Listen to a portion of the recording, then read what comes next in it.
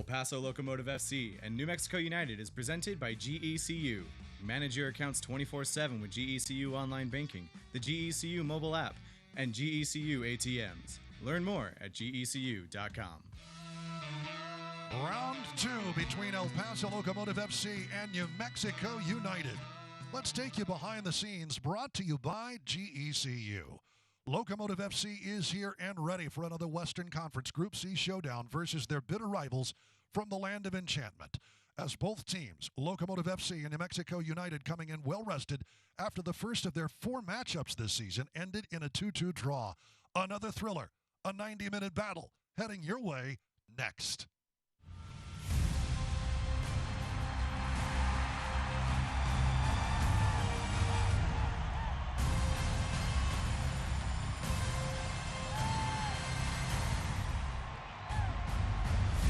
Welcome to the pre-match show presented by Brian Bird's Home Selling Team.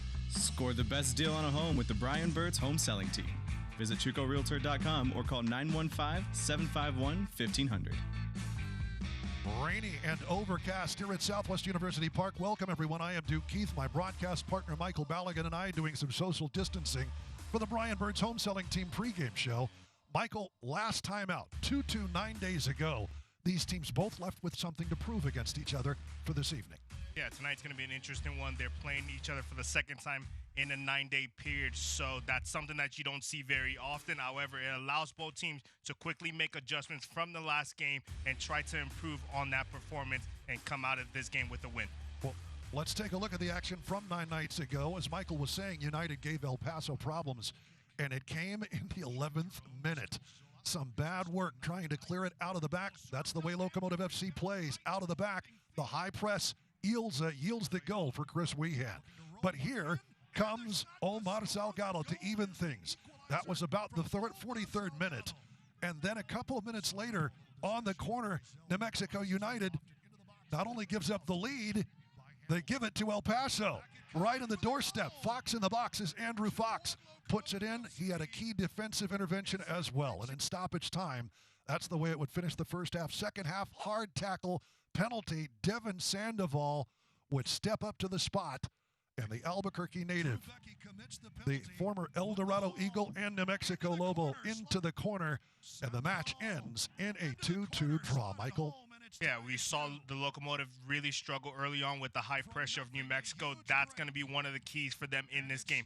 How well can they adjust and how well can they learn from last game? So that's going to be really important in this game. We'll see how they do and what they've learned from that last outing against New Mexico United. That's wrapping up the Brian Bird's Home Selling Team pregame show. No fans in the stands again tonight, but you see the Estrada Jalisco cutout conductors are here, and we're in for another wild Group C showdown. El Paso Locomotive FC, New Mexico United, presented by GECU, is just moments away. Thank you for watching the pre-match show presented by Brian Bird's Home Selling Team. Score the best deal on a home with Brian Bird's Home Selling Team.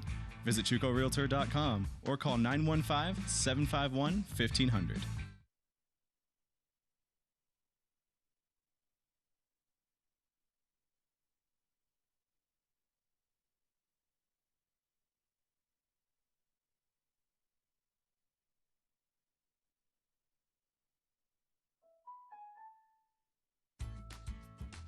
Summer drives you to bright skies and warm company with those who matter most. Get there with great savings and enjoy the fresh air with the windows down and the tunes blasting all summer long. GECU can get you the vehicle you want or refinance your current vehicle. Summer drives with auto loan rates as low as 1.99% APR. Hurry, get pre-approved by August 25th.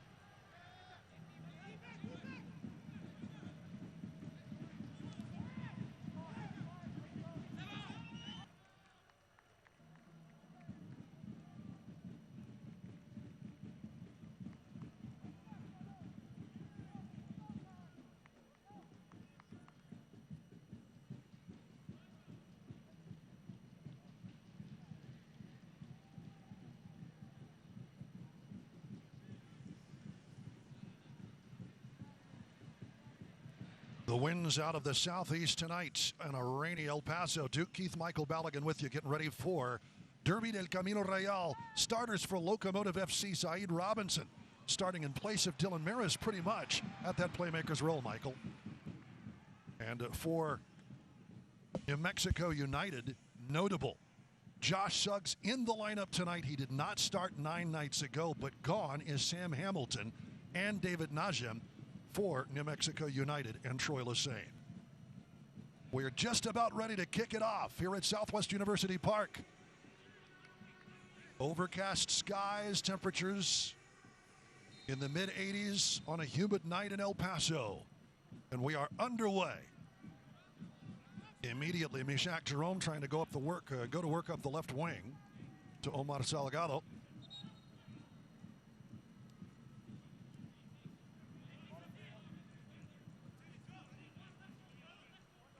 And a throw in for Locomotive. That is Andrew Fox.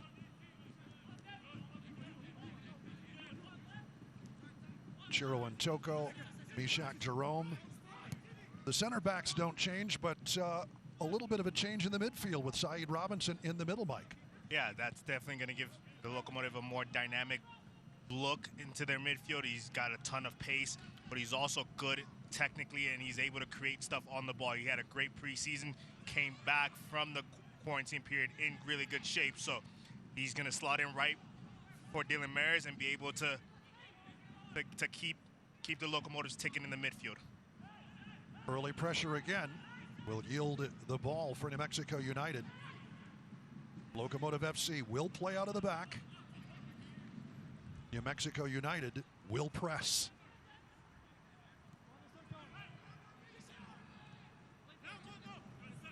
Here's Fox, Nick Ross, and a little roll into touch. Let's take a look at the Casa Ford, Casa Kia, Casa Nissan keys to the game, Michael. Yeah, the first one is definitely a strong start from the Locomotive. This is already a better start than the last game when they played against New Mexico United 9 days ago. They have to start off strong and not the way they started against RGV and New Mexico United 9 days ago. That's most important, and that's something that Coach Mark Lowry has stressed since that game against New Mexico. The second is, how are they going to deal with the high pressure? Are they going to elect to build out every single time, or are they going to choose their moments to build out and when to stretch the defense a little bit? And then can they finish their chances? Lots of chances in the final third, lots of chances in the box, especially Dylan Maris. Can they finish those chances? Chiro and Toko on the first corner. That's your Tropical Smoothie Cafe corner kick. As a great piece of work by Andrew Fox, making sure that Salim Mohammed was the last to touch the ball over the back line.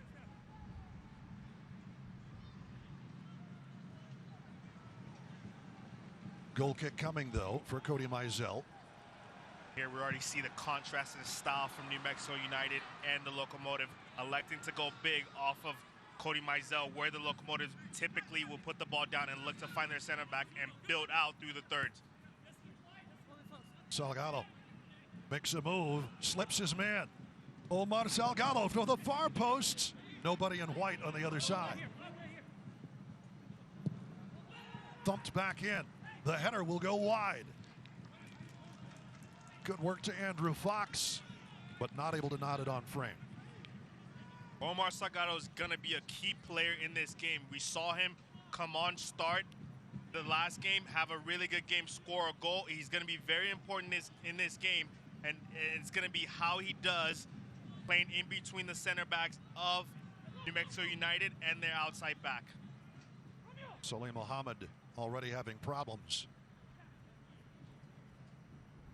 But in the end, another goal kick for Cody Mizell. That one catches the wind.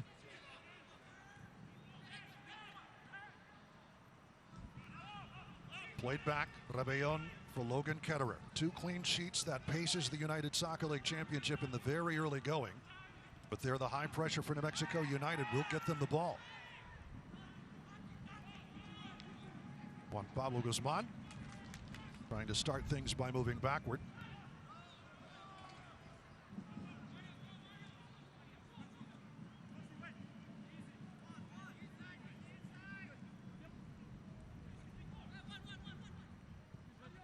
Guzman from Mohammed.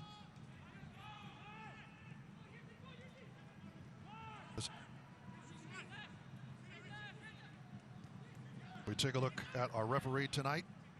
Matt Thompson is our ref. It's Chris Canales and Manuel Vargas, the assistant refs, and Marco Vega is our fourth. That skips up on Yearwood, and taking advantage is Andrew Fox. Nicely played to Salgado. Salgado trying to put on the skids and turn inside, and gets double teamed, and we've got a foul off the ball. It is a foul on United that will give Locomotive FC the free kick. Referee Matt Thompson electing to play advantage to see what happens with Omar Salgado, but it will be a free kick for Locomotive FC. Call it about 30, 35 yards out. Yeah, it looks like Andrew Fox path to the goal was impeded on the run. It creates a great opportunity for Richie Ryan to serve a ball in towards that back six, in towards that back post for the big players of the Locomotive, the Chiros and Toko, the Andrew Fox. To the far post it goes to find no one. Marios Lomes, perhaps the closest to it.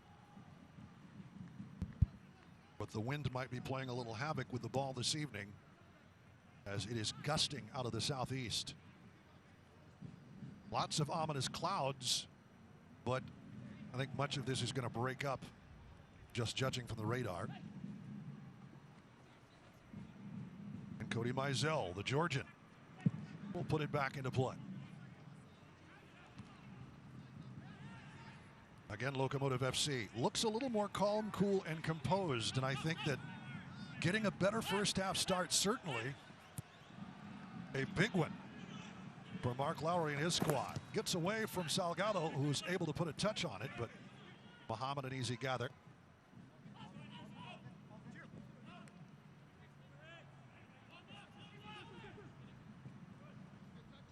That'll bounce loose.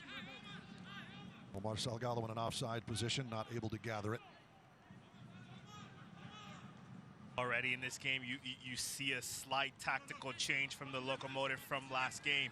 Here they're playing in two banks of four with the two forwards in front of them. Saeed Robinson, because of his pace and his ability to cover ground, you see him come in to almost play sort of as a right mid in that bank of four. Moreno trying to get to it, he does, but he misses. Blazes wide to the left as Logan Ketterer came out to challenge. It bounced right to Amando Moreno.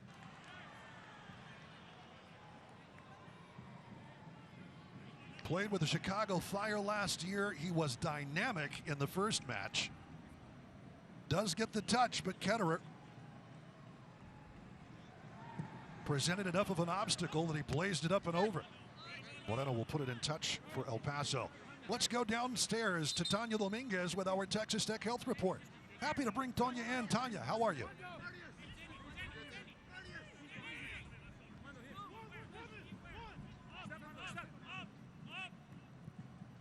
We'll go back down to Tanya at some point as the technical fun on a stormy evening in El Paso. Okay, let's go back to Tanya Dominguez and let's give it a shot. Tanya. Nope. We'll keep trying. We do want to bring Tanya in. Here's Salgado. Low pass looking inside for Lomes. Scooped away. Richie Ryan, Chiro and Toko. Locomotive FC able to apply some pressure in the early going. Well done by Fox on a great pick out by Ketterer. And here is Salgado again. The high cross lifted up and put into touch. Good work to cover by Kalen Ryden. And already we've seen Omar Salgado get several touches down this near left side and get crosses into the box. That's going to be very, very important in this game, how New Mexico deals with that, and also how the Locomotive take advantage of his pace and his ability to run past players and get numbers inside the box. At the moment, it only looks like Mario Lomes is getting into the box. Can they get a Saeed Robinson and Nick Ross into the box and now have multiple options for Omar Salgado to serve balls? The pressure relief valve, Brian Rebellon on the right-hand side. Lomes looking upfield. There's Yuma. The ageless wonder, Richie Ryan, 35 years young. Ross gets that one to bounce off Guzman for a throw.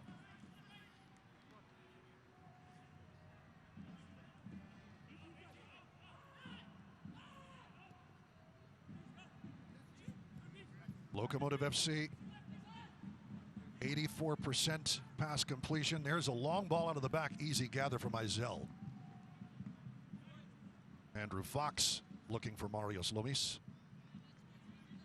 But as I was saying, 84% pass completion, already up to number 2 in the USL Championship after the opening 3 matches. And the first half against United, let's point that out, was not good in terms of possession or passing for Locomotive. High pressure. Devin Sandoval will take a crack. That's deflected by Yuma and Ryan. Sandoval wants a handball. He won't get it.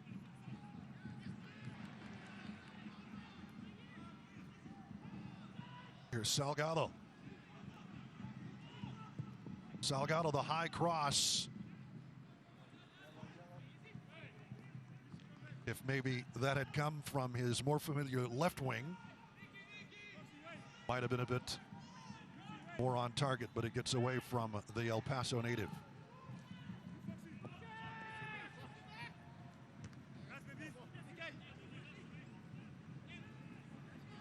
Great touch by Ross. He'll cross, but again, Muhammad is there. Taken away. Fox trying to get a hold of it. That's actually Lomis. Kept in play. Good job on the back line by United. And that was Guzman dancing along the byline. Here's Weehan taken down. No foul play on.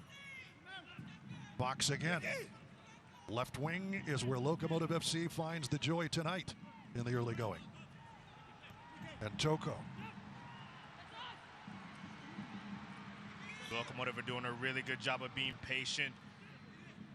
That gets away from Robinson, though.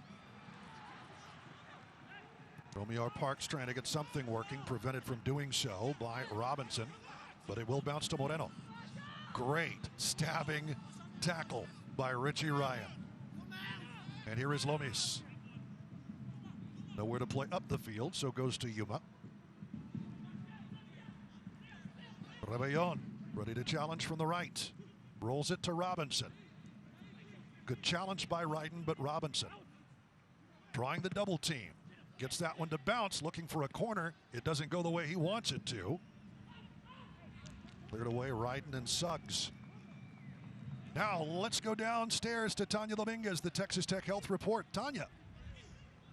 Thank you, Duke. It's a joy. It's a pleasure joining you and Michael. So let's talk a little bit about what the Locomotive have done in order to find that balance between staying in shape and staying healthy for these matches.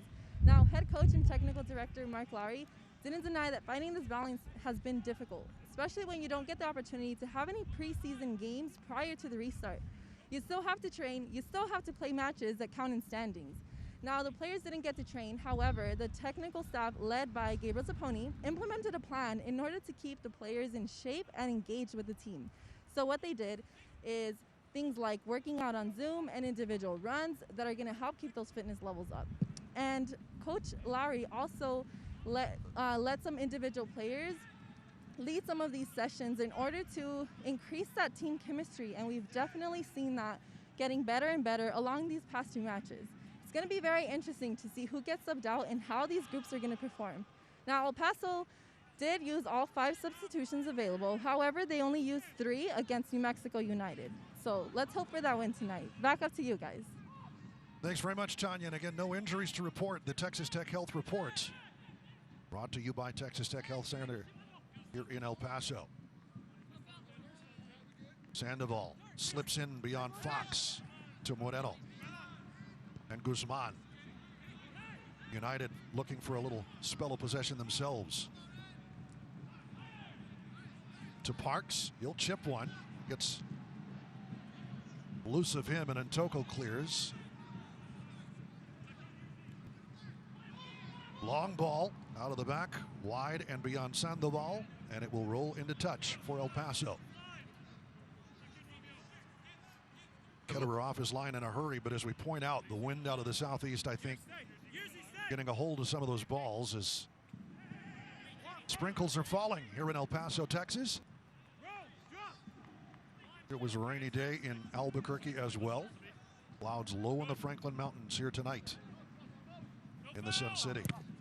Sun. Same again. Second two. One, behind you. One, right shoulder. Box. Good, Yerzy. Sandoval. Box again. Guzman chipped in. Good work by Meshach Jerome. Right place, right time.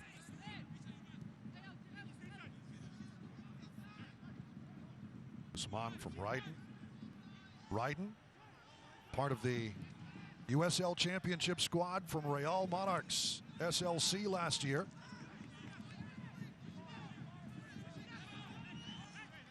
Scored against Locomotive FC to tie the match early in the second half in the Western Conference Final before Real went on to eliminate Locomotive FC in the Western Conference Finals. Here is Robinson. Little room to roam. Good work by Parks. Robinson. Rebellon trying a back heel, but the double team will give it back to New Mexico United. Robinson and Parks. Good clearance. And that will be a foul on Syed Robinson.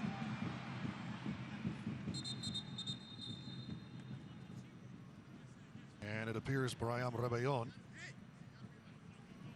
is a little shaken up. Gives us an opportunity to tell you that since 1947, Select has been the leader in soccer ball quality and innovation. Select, the official ball supplier of the USL Championship, many of the elite leagues throughout Europe. For the latest Select products and special offers, please visit selectsportamerica.com. And it'll be a nod to the dock. Texas Tech nod to the dock as Ricardo Reis has to come out to take a look at Brian Rebellon. We will have a couple of hydration breaks, although the temperature's certainly cool enough here tonight, Mike. Yeah, it's definitely a beautiful evening for some football. I'm sure the players are not upset about the little rain that makes the pitch a bit more slippery, makes the ball move a bit quicker, so that it makes for optimal conditions to play a game.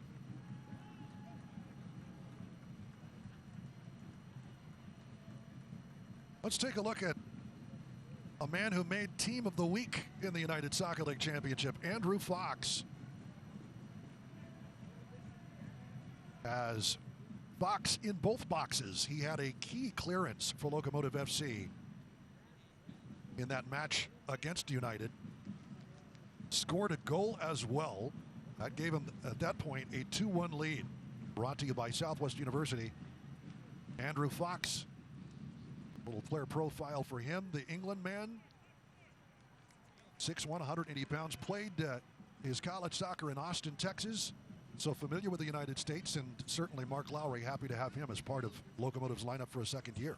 Yeah, he's definitely an important part of what they do. We saw him last year and just how important he was. He played multiple positions, you know, both at outside back, at center back at times, and he even had a few game run up top as a forward. So he's definitely a player that's important to Coach Mark Lowry and what they're trying to do here in El Paso.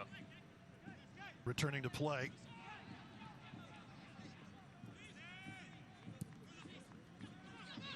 An early substitution, I am told, coming for Locomotive FC, playing with 10 men. Out it'll come. Sandoval, flag is up. It will not count. What a delivery from Austin Yearwood. And the flying dreads of Devin Sandoval starting just ahead of Locomotive FC's back line. And that moment's got to give Coach Mark Lowry some concern. How did Devin Sandoval get so open inside the box? He was offside, clearly. However, the fact that he had that much room, that much space, it's got to be a bit of concern to the Locomotive. And in the meantime, we had a substitution coming on in the 19th minute. Drew Becky for Brian Rebellon, and that is troublesome for Mark Lowry and the squad. Of course, in the last match, David Najem came out in about the 37th minute. He'd been such a key player for United's lineup to that point. Certainly United gave up a little something when he had to come out with injury. How will Locomotive FC react with Rebellon out? The Colombian with a severe injury that kept him out much of last season. Lead ball, flag stays down. Sandoval, there's the flag.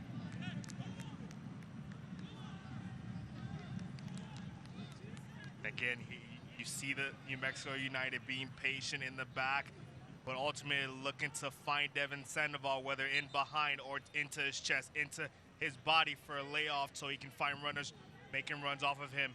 How the Locomotive deal with that big ball into Devin Sandoval is going to be really important in this game. Good roll up to Ross from Fox after an excellent switch from Mishak Jerome into the middle. Yuma, Saeed Robinson now doing a little dancing, trying to find Salgado centrally. Locomotive FC ready to try and keep possession. Ross trying to thread a needle. Deflected by Muhammad. Gathered by Salgado. Jerome, low ball, gets picked off. Right in the middle by Armando Moreno. Romeo Parks, Sandoval ready to make a run. They'll play it up to Moreno, who shifts out left.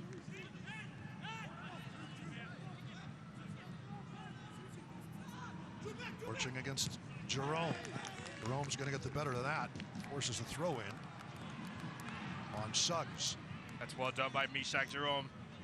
Standing him up, waiting for a big heavy touch to put it in the tackle, timing it well. Suggs swings one over. Easy gather in the end for Logan Ketterer as it's whistled wide by the head of Devin Sandoval to Yuma. The Spaniard. Jack Jerome.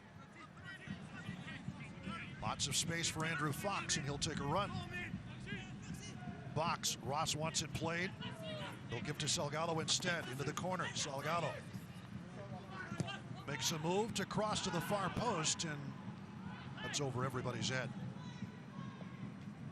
Suggs will keep it in play. Back to right.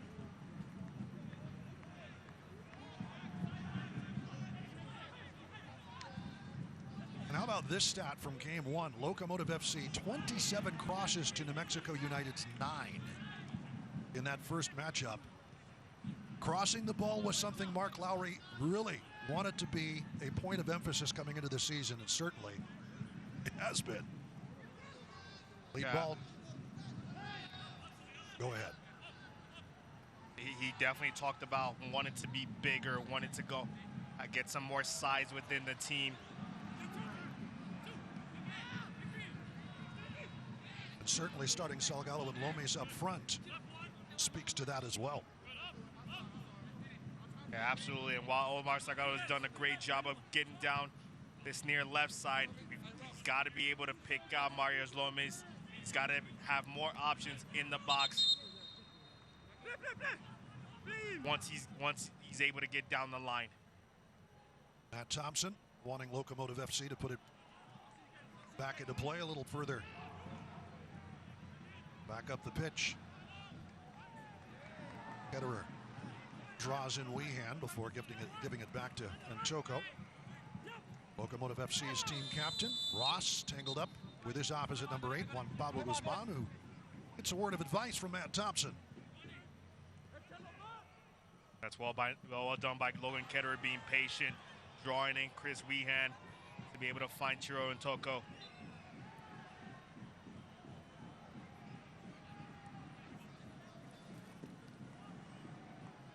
13 fouls committed by New Mexico United, 10 for Locomotive FC. Locomotive FC not afraid to mix it up, and that man right there putting the ball back in play. Certainly key in that regard, Yuma. Decides to sidestep that one to Richie Ryan, played into space and rolls over the back line.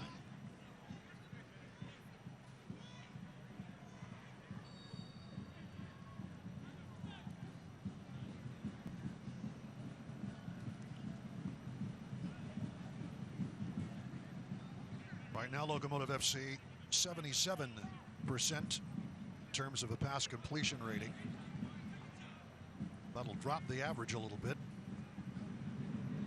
80% plus is something that Mark Lowry wants them to have. Foul will give United the free kick, and it is Guzman, the Colombiano. Back to Ryden. Up top, good slip by Tenari. Deep possession, Mohammed playing along that back line. I think that's a bit of a tactical change as well. He was further up in the midfield.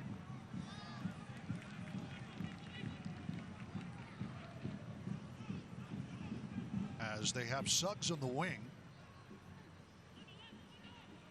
Yeah, with Sam Hamilton being out of this game, having Mohammed back there was something important for New Mexico United. Recognizing that Omar Salgado's pace is going to cause them some trouble, they needed to have some assurance back there in Mohammed. Long ball out of the back, looking, but finding Cody Mizell instead of Marius Lomis. Good thought. Richie Ryan.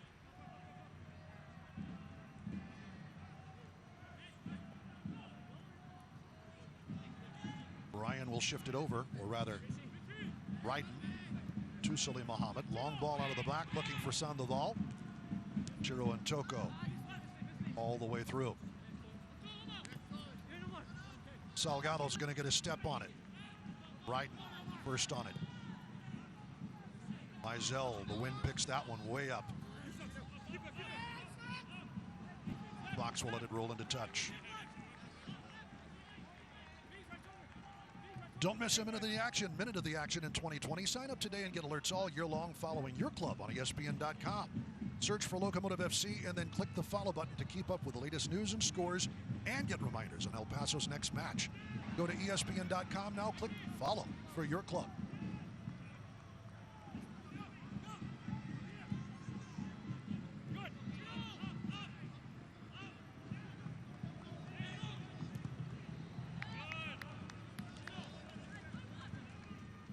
Ball sailing on Logan Ketterer for a New Mexico throw. Those are the moments we saw the Locomotive struggle with last game against New Mexico United. When the ball started, when the build-up started from Logan Ketterer, and New Mexico United were able to set up their press. Saw the Locomotive struggle with it 9 days ago. They've done well up until this point.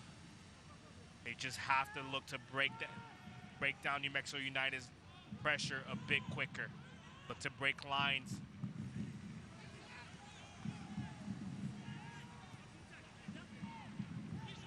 To Yearwood, Guzman. Locomotive certainly looking a lot more assured in the early going of this first half. Things can change in a hurry. Guzman almost off of that pass. Mohammed, who scored the return to play opening week's goal of the week and certainly a candidate for goal of the season on the half volley against Colorado Springs Switchbacks FC. You won't see a prettier goal. I mean, you may not see one later this season. That was as good as it gets. Robinson to bring it under control and boot it out by Suggs. That'll give Ketterer the goal kick. As the rain falling pretty steadily here in El Paso now.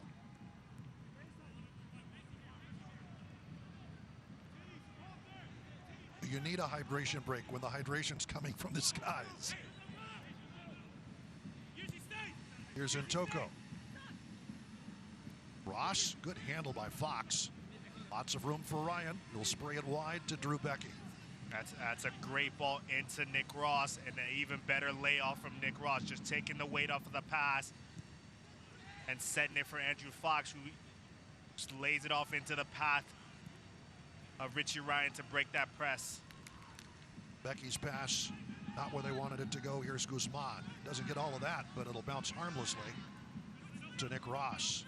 Salgado, Fox. Setting Salgado off to the races with possession to the byline, trying to keep it in. He does. Nope, it's ruled a goal kick. Assistant ref making sure. And we're going to have our hydration break now as we enter the 31st minute. So a couple of minutes to get a drink of water, and again, a little bit different. Total of 5 substitutions, but you can only make them at 3 different junctures in the match. Halftime not being one of them, it does not count. But our Hydro Flask hydration break for our first half of play, brought to you by our friends at Hydro Flask. I've got mine full of hot tea tonight.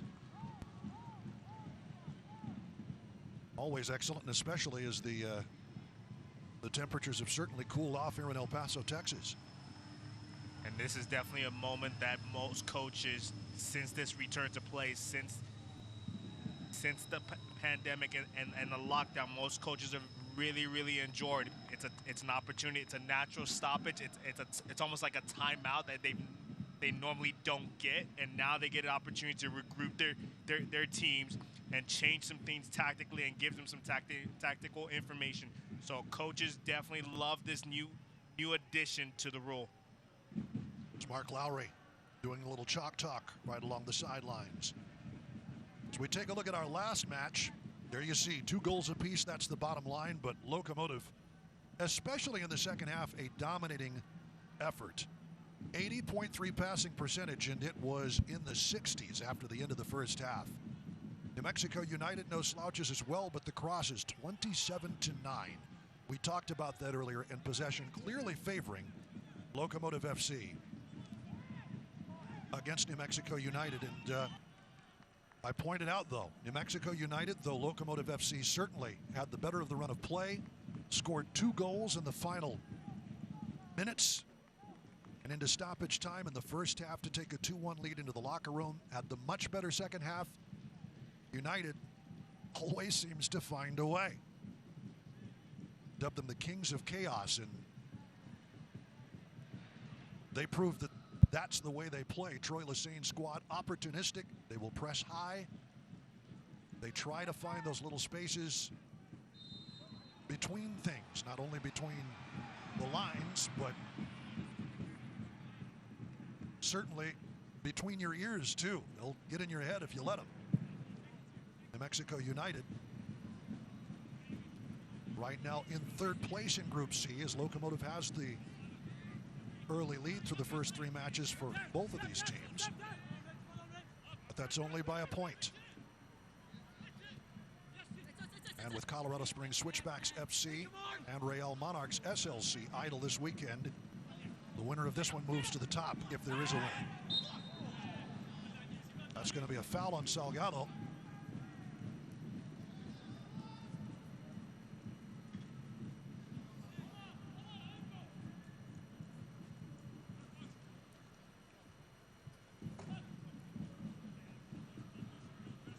Earwood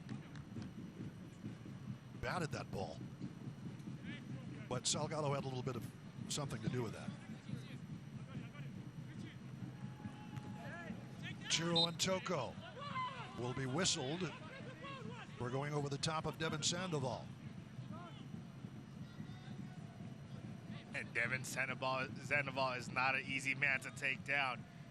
You see him on those big balls from Cody Mizell battling with Yuma, and in this case, Chiro and Toko gets the best of him, going over his back. Definitely gets the ball. However, because Devin Sandoval was in between 2 Locomotive players, referee called it a foul, and now the New Mexico United has a great opportunity to serve the ball into the box. And it'll be Suggs, the returning veteran. His first game back, lost Cruces native Josh Suggs. Served from a dangerous area. Suggs on the restart. Sandoval knocks it down to Weehan, who scores! On the restart, Chris Weehan picking up where he left off in the first half 9 nights ago. And he's been on a tear against the El Paso Locomotive. This is his 4th goal in 4 games against the Locomotive. It almost seems like he enjoys this rivalry. He enjoys this game. He times this very well. Devin Sandoval is able to fight off the challenge, lands right at Chris Weehan's feet, and he does the rest and puts it into the back of the net. Top netting for Chris Weehan.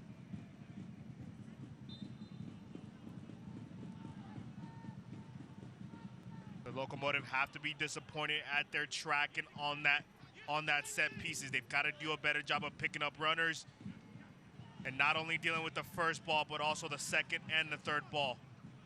I think the Classico fan cam says it all right there. Here's Mishak Jerome on the restart. Opportunistic.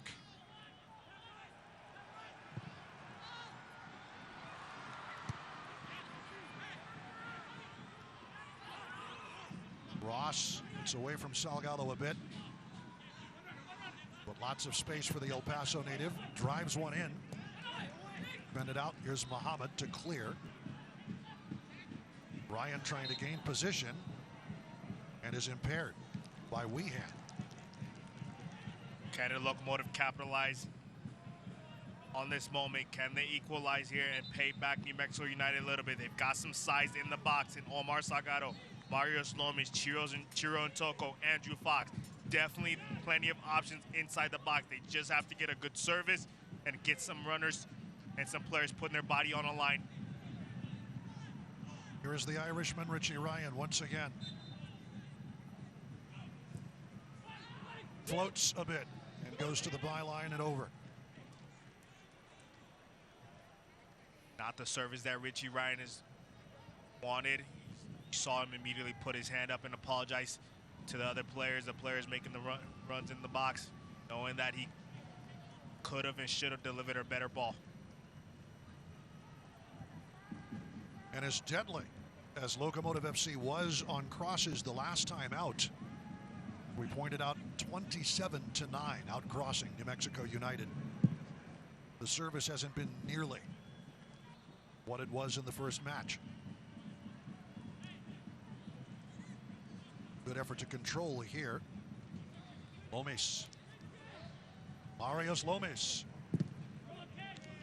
He'll earn Locomotive FC a corner kick.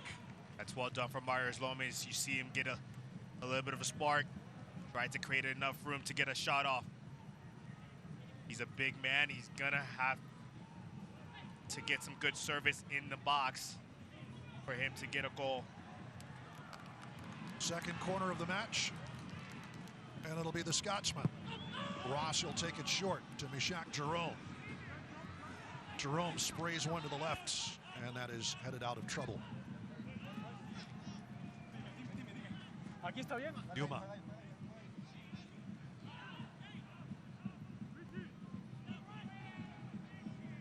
Logan Ketterer way off his line. That one kind of gets away from him. But it'll bounce back to him. Ketterer starting the season, including the draw at Orange County in March, with 2 clean sheets to vault him to the top of the USL Championship the first 3 matches.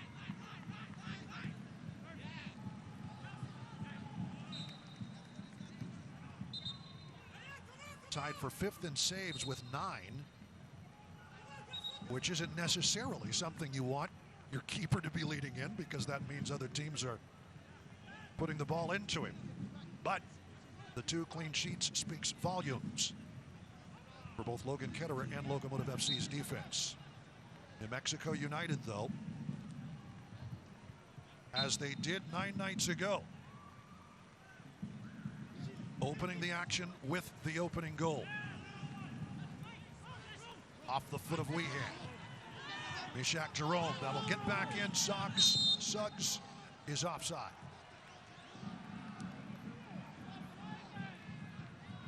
And there is an injured United player behind the action.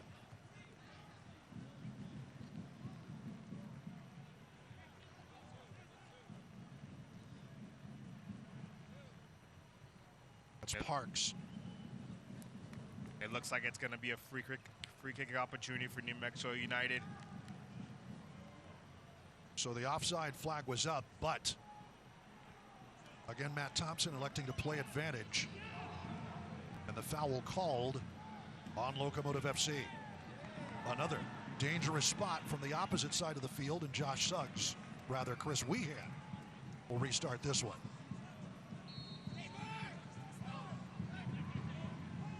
Staying with your runners. Dealing with the second ball is going to be very important. Low driving cross, easily lifted out by Lomes. It'll be a throw-in for United. Nope. It is a corner kick. It bounced over the byline. And so Wehan will do the honors from the corner. Their first of the night. Chick-fil-A corner, comes to Moreno, drives it up on the face. And an injured Locomotive FC player. It bounced right to Tinari, who ripped one, and I think that's Richie Ryan.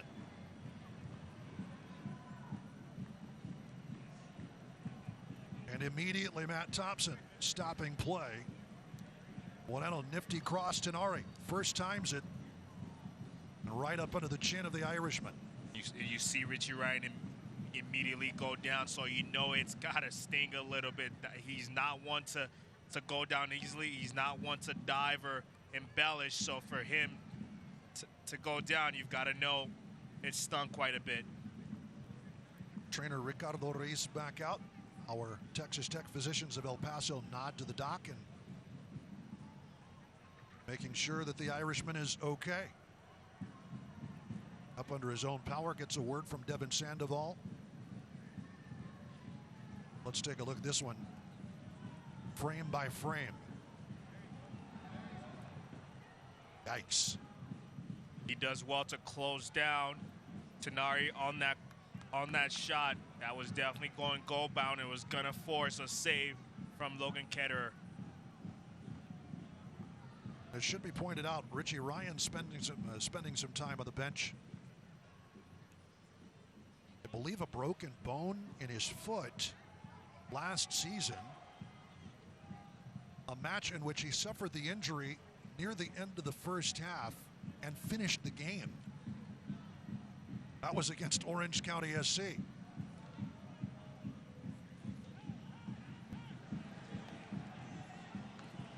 It was actually a leg fracture from what I'm hearing. Came back and did x-rays. Hey, I've got a little pain, you know, in my left leg, doc.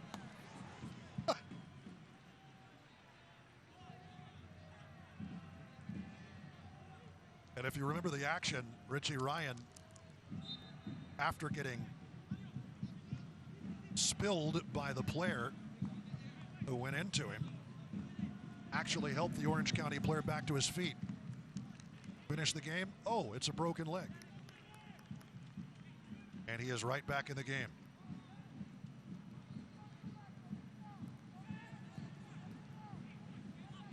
"35 years old. Templetoy, Ireland.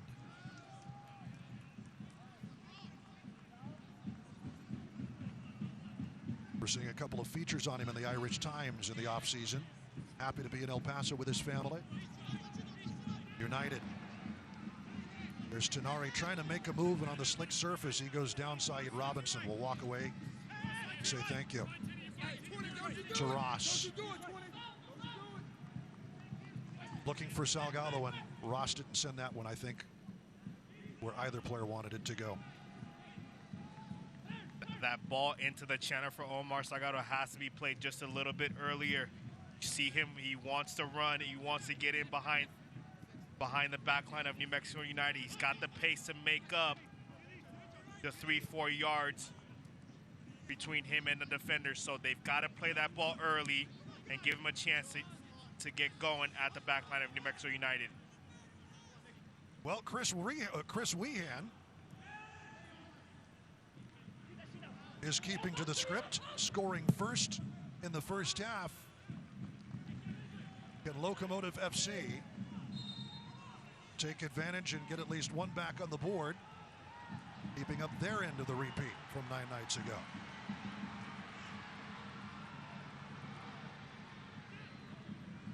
There will be 6 minutes rather, of stoppage time from what I'm to understand. A couple of injury timeouts and of course the hydration break. Ryan getting tangled. Moreno goes down in a heap. Play on. Yuma. Shaq Jerome. Chiro and Toko.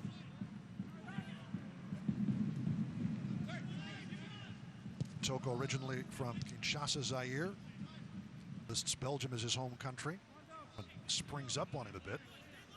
Played back with a head. Logan Ketterer elects to play the ball anyway.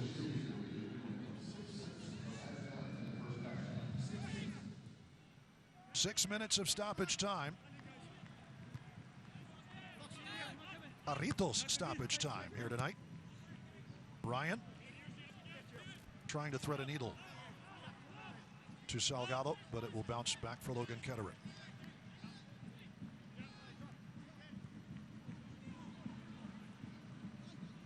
Becky out on that right wing. Locomotive have already had to make one substitution. 19th minute, Drew Becky coming on for the injured Brian Rebellon. Yuma. Impeded. Tenari.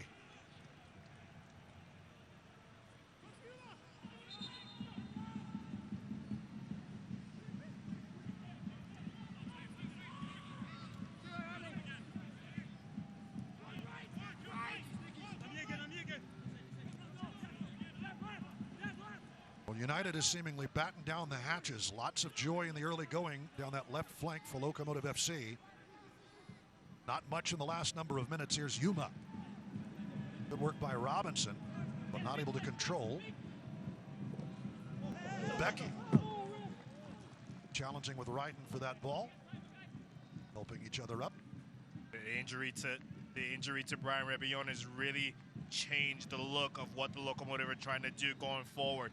Here you're seeing Saeed Robinson play in that position, in that high and wide position on the right side that Brian Rebellon would normally take up. You see Saeed Robinson having to take up because Drew Becky isn't as forward going or as attacking minded as Brian Rebellon. That injury has definitely affected what they were planning to do. We'll see what changes Coach Mark Lowry looks to make at halftime. Electing to make 2 subs at the half in the first match between these teams. Derby del Camino Real. It's a little better of a name than the Rio Grande Derby, which is what folks were calling it last season.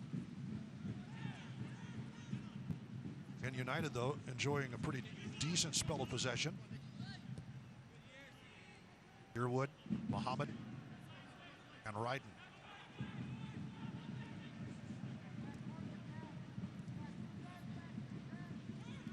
Sandoval is offside.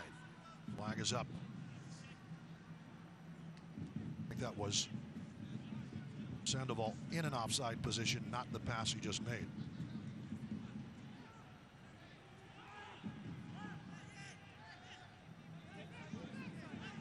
Devin Sandoval must have gone to the school of Pipo Inzaghi. How often he's been offside in this first half. He's playing with that back line. Looking to engage him, looking for the right ball. All he needs to do is be right once. Absolutely. That's something the Locomotive are going to have to be mindful of. And good work by Guzman on Richie Ryan. Now to Sandoval, drives it low and scores! Devin Sandoval doubles United's pleasure here in half number 1. Guides it into the far corner. It's 2-0 United. And this is something that New Mexico United is not used to being on the side of. They're normally the team that gives up goals late in the first half. But here we just talked about Devin Sandoval playing on the shoulders of the 2 center backs of Locomotive, really drawing them, looking for the right ball, being offside a few times. And this moment, he is onside and he's able to strike it cleanly. And in the 49th minute,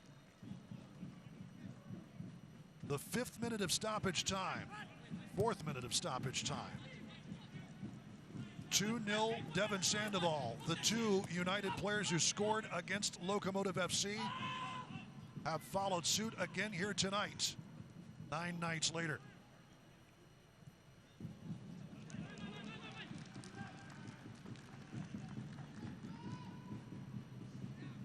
Again, we see Omar Salgado really get into those advanced positions. However, there's not a lot of options for him inside the box.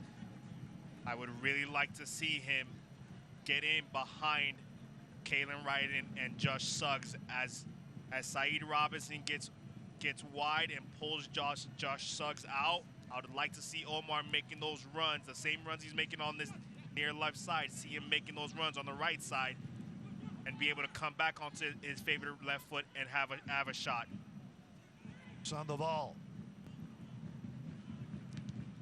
Crossing in, Romeo Parks has it bounce right back to him. Yearwood. Guzman. Opportunistic.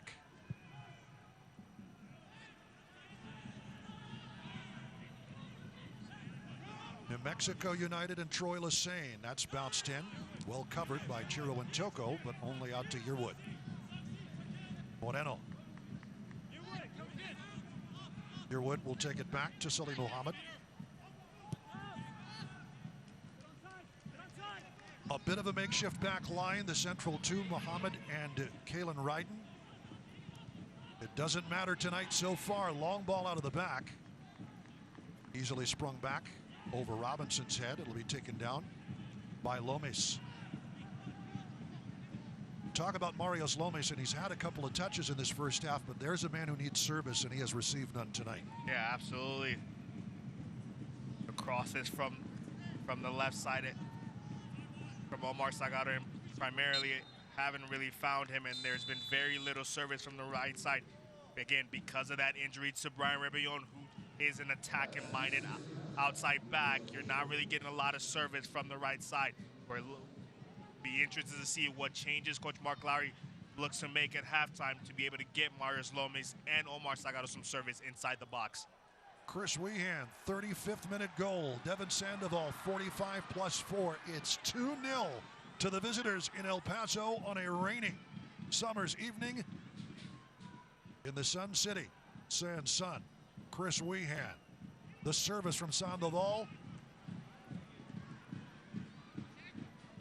And then Devin Sandoval able to roll it in and score one on his own. 2-0 to the visitors tonight in El Paso.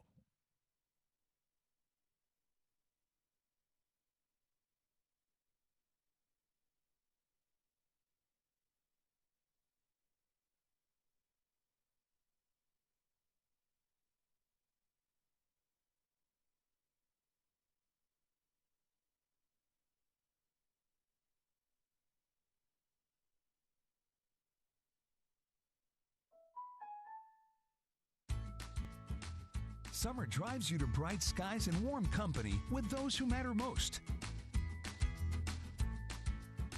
Get there with great savings and enjoy the fresh air with the windows down and the tunes blasting all summer long. GECU can get you the vehicle you want or refinance your current vehicle. Summer drives with auto loan rates as low as 1.99% APR. Hurry, get pre-approved by August 25th.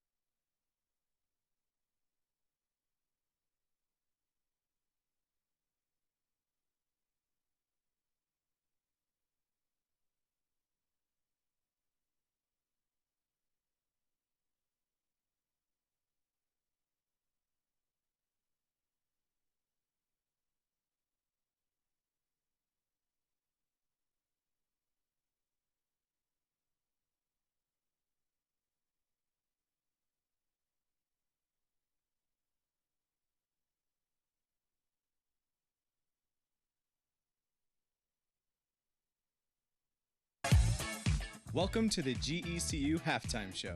Manage your accounts 24/7 with GECU Online Banking, the GECU mobile app, and GECU ATMs. Learn more at gecu.com.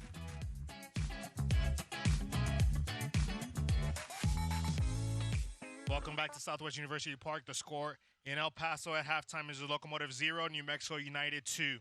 Kicking off the GECU halftime show, we speak to the Locomotive manager of sports, performance, and science on how the team is approached conditioning during this difficult time. Plays it through now. This is excellent. Rounding the keeper. First goal of the year for El Paso is offside. It won't count. Yeah, I did play 90 minutes. We played Orange County and I felt really good because we did a lot of running in pre-season and a lot of fitness work. So yeah, I felt good. Opening night 2020. 1 point apiece. The USL has temporarily suspended league play.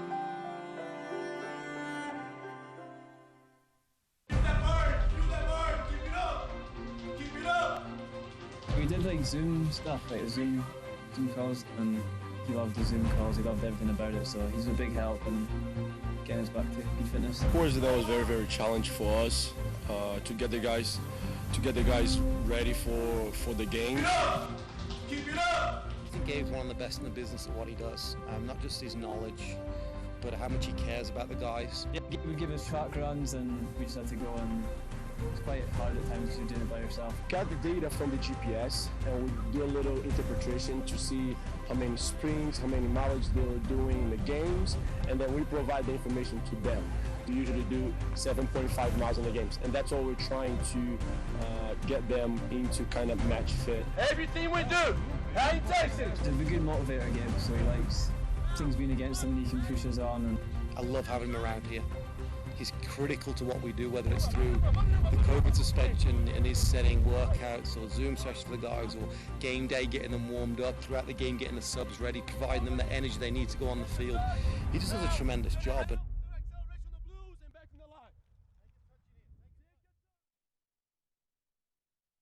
Coach Mark Lowry was all praised for Gabe Zapponi and the great work he does to prepare the team and develop a program that allows the players to play the style that he wants the Locomotive to play.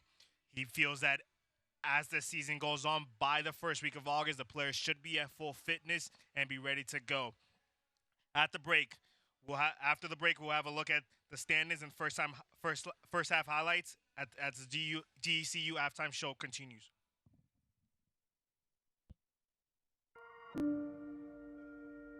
The United Soccer League and its 47th championship in League One clubs stand united in support of diversity, inclusivity, equality, and compassion. Together, we can make a difference. Together, we can create change. Together, we are united against racism.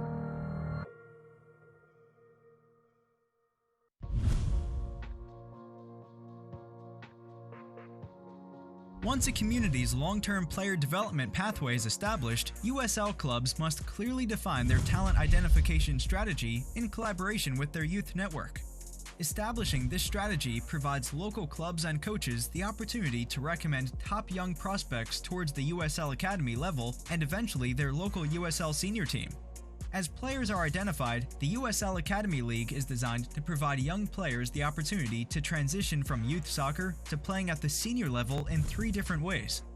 Players most ready to make the jump to the USL Championship, League 1 and League 2 can begin their integration into a senior team by taking a part-time senior status, allowing them to train and even play at the senior level while still getting additional training and games within the USL Academy League. Top young players projected to be ready for their first integration into senior team soccer within 1 to 2 years will be encouraged to register as the full-time academy status. Players with a longer-term projection towards the USL senior team will have the flexibility to continue primarily being a part of their youth team through the part-time youth status. This will also encourage further collaboration between the youth network and the USL senior team, as coaches from both levels can work together to determine the right time to move players through that established pathway. For more information, visit usl-academy.com. Welcome back to El Paso, Texas. An overcast evening. It is 2-0 New Mexico United over Locomotive FC. As we continue with the GECU halftime show, let's take a look at the Group C standings in our return to play. Locomotive FC currently on top, but should the result hold tonight, New Mexico United will vault to the top of Group C with 7 points right now in third based on goal differential, with Colorado Swing Switchbacks FC in second and Real Monarchs SLC with 1 point. And at this time, we would like to recognize an outstanding member of our healthcare community, so important in this day and age. Tonight's Hospitals of Providence employee spotlight on Tammy Espinosa, a registered nurse and hospital supervisor who is an incredible nurse and makes sure each day that things run smoothly throughout the hospital. Often recognized by patients and colleagues for a dedication to ensure every patient receives the highest quality of care. So our thank you to Tammy for the difference that she makes, and a big shout out to all our healthcare professionals in El Paso. First half highlights as we continue the GECU halftime show after this.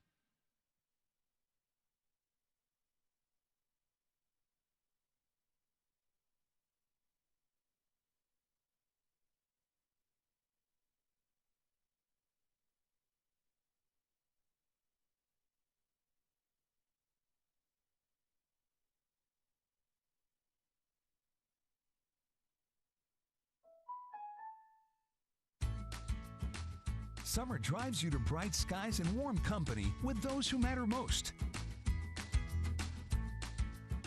Get there with great savings and enjoy the fresh air with the windows down and the tunes blasting all summer long. GECU can get you the vehicle you want or refinance your current vehicle. Summer drives with auto loan rates as low as 1.99% APR. Hurry, get pre-approved by August 25th.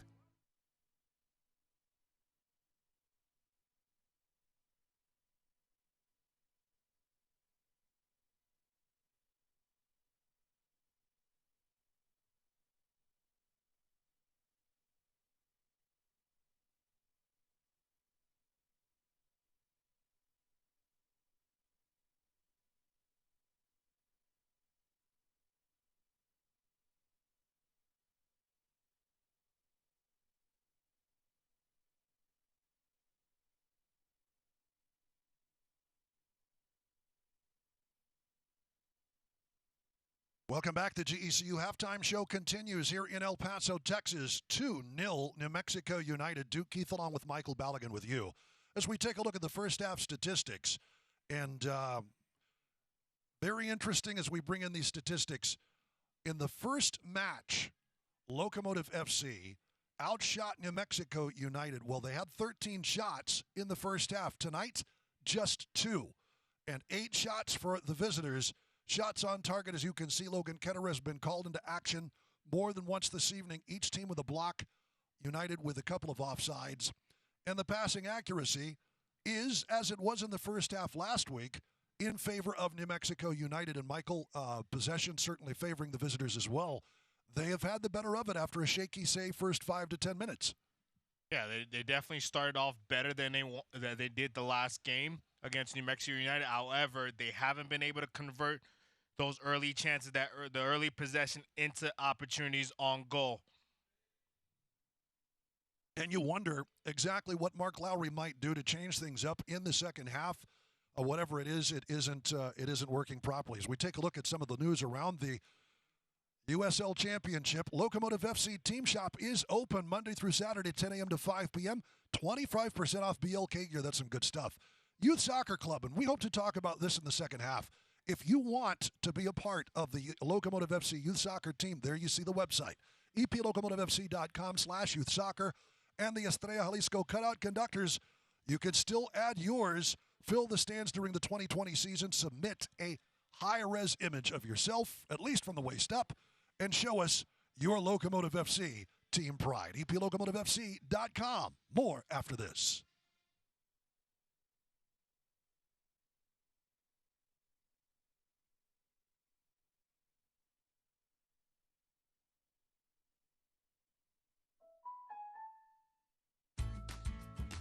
Summer drives you to bright skies and warm company with those who matter most. Get there with great savings and enjoy the fresh air with the windows down and the tunes blasting all summer long. GECU can get you the vehicle you want or refinance your current vehicle. Summer drives with auto loan rates as low as 1.99% APR. Hurry, get pre-approved by August 25th.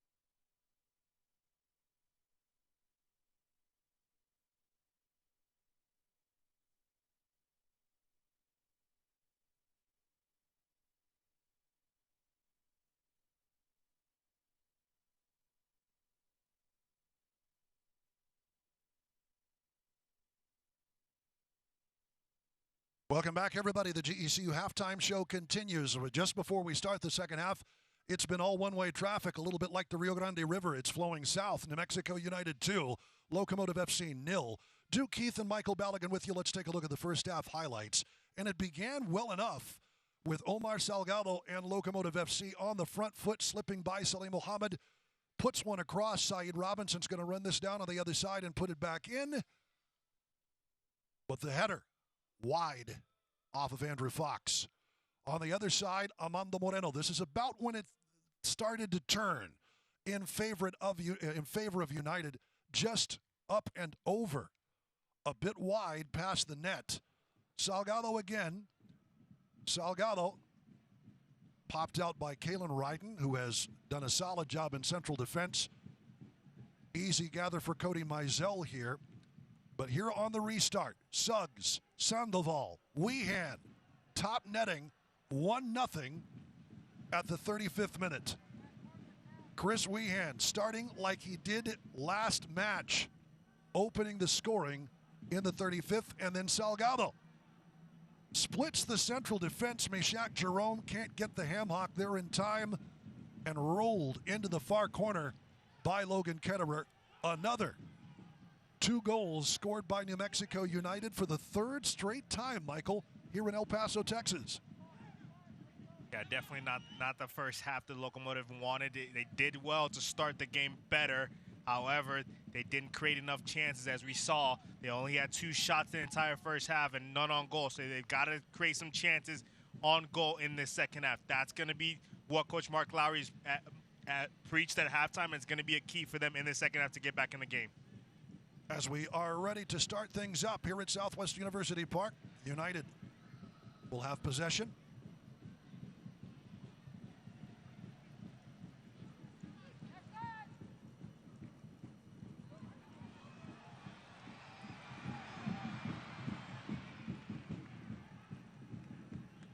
It'll be Juan Pablo Guzman to put the ball into play to start half number 2.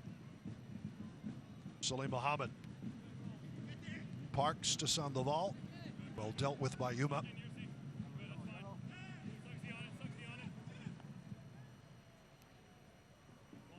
United earning a throw in. Here's Josh Suggs. Likes to go back to Ryden.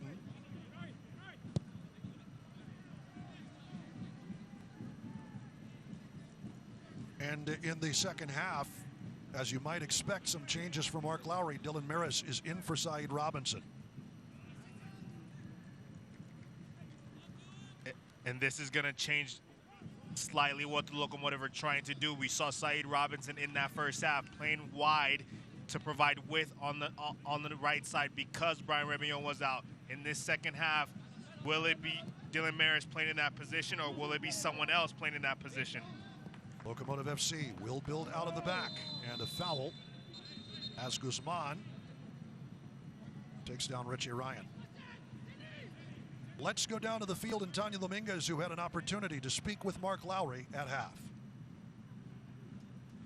So I'm here with head coach Mark Lowry. Coach, we definitely saw some fireworks here in the first half. Are you happy with the intensity of play here? The performance is fine. We've been the better team in the half. Just 2 mistakes have cost us 2 goals. Just is what it is. It's probably not a free kick on the first goal, but we have to respond in this half. You've mentioned before you want the players to be more athletic and better decision makers. Do you think this style of play helps them implement that? Yeah. Like I said, it was a good half football for us. Just 2 moments have cost us 2 goals. We now have to go and convert our chances. Are we going to be seeing any substitutions here in the second half? Yeah, we'll be making lots of substitutions. We have to get back in the game. Thank you, Coach. Long ball out, easy gather for Logan Ketterer with Sandoval bearing down. Mark Lowry certainly not happy with the way things have gone. Locomotive FC has had its bit of possession, but the stats don't lie. New Mexico United, really after, say, 10 to 15 minutes to open the game, Mike, really asserted themselves, did well to control most of the play, and have the 2 goals to show for it.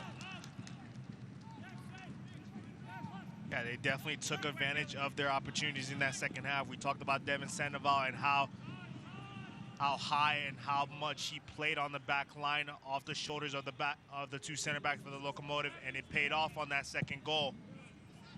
We'll see what adjustments the Locomotive make to his position here in the second half. That is going to be offside on United, allowing Locomotive FC the free kick. You know, usually when you talk about a player on air, the sportscaster's jinx takes over. It was the reverse for Devin Sandoval. We just got done talking about him, and he goes and scores the goal. Hey, he was constantly putting himself in dangerous positions, and he like you mentioned, it was just a matter of time. He only needed to be right with his timing one time, and that one moment happened just a few seconds after we mentioned it, and he was able to capitalize and put the ball in the back of the net. So what will Dylan Maris have to provide with the ball? Out to Becky. Will drive one into the box, flicked up and out.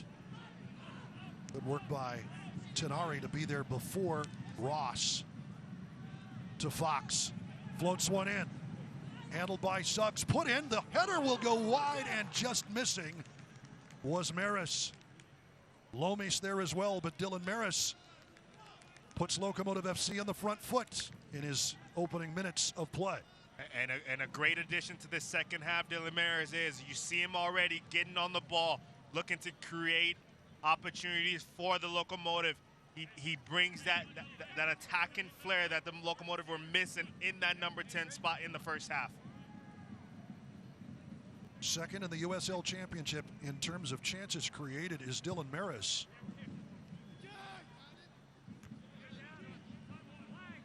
With 10 coming into the match. I think he just had his 11th.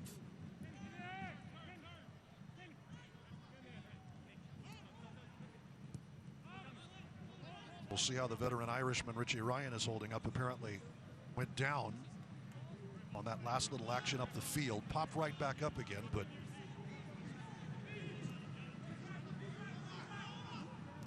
Iron Man though he is, 35 is 35, isn't it? But he does such a great job of taking care of his body, making sure he's ready for every game. And that's allowed him to be one of the highest minutes earning players for this Locomotive, one of the first players on the team sheet for Coach Mark Lowry. Well, the rains have subsided in El Paso, Texas, as the storms move further to the northwest. Locomotive FC certainly hope that the storms have subsided defensively for them as well. Needing to catch some lightning in a bottle themselves offensively.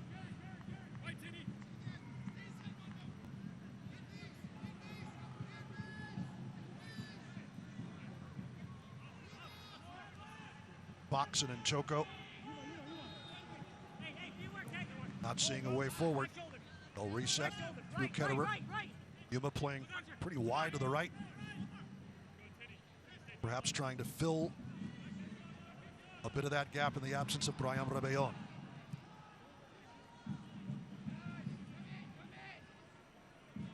And the Locomotive looking for ways to break down this block. Almost taking advantage of that as we had.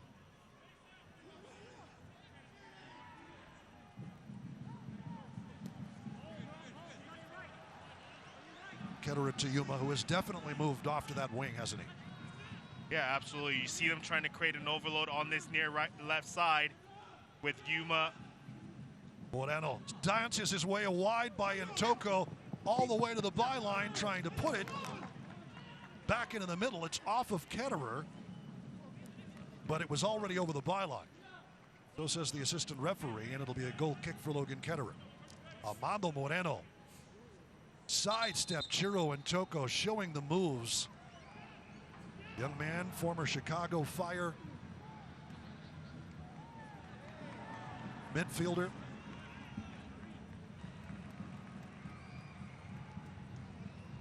And it's Kalen Ryden who's being shown yellow. So, oh, strike that, okay. We thought it was yellow, but Matt Thompson saying you have to go to the sideline. There is an open wound.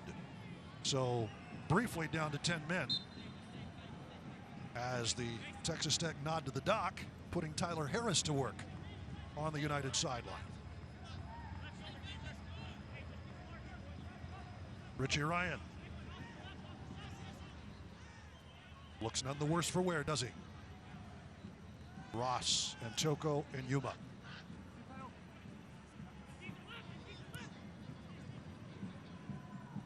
Maris, decent thought trying to find Salgado. Well thought, but well pursued by Josh Suggs. Into Maris, to Salgado. Lifted wide by Guzman. They'll let it roll for a throw. And you can see early in the second half, the Locomotive really trying to find Omar Salgado, really trying to play up this right side. Maris mistimed that one with Drew Becky, who appreciates the effort, but zigged when he should have zagged. The inclusion of Dylan Maris into this second half has already changed the dynamic and the look of the Locomotive. They're able to possess a bit more and combine a bit more in the midfield because of the quality of Dylan Maris. But entering the 55th minute, Locomotive FC needs goals. Specifically 2, just to get a result and stay on top of Group C. USL Championship looking forward to August with one final nationally televised match in July. An early contest for Group E supremacy, taking center stage St. Louis FC and Indy 11.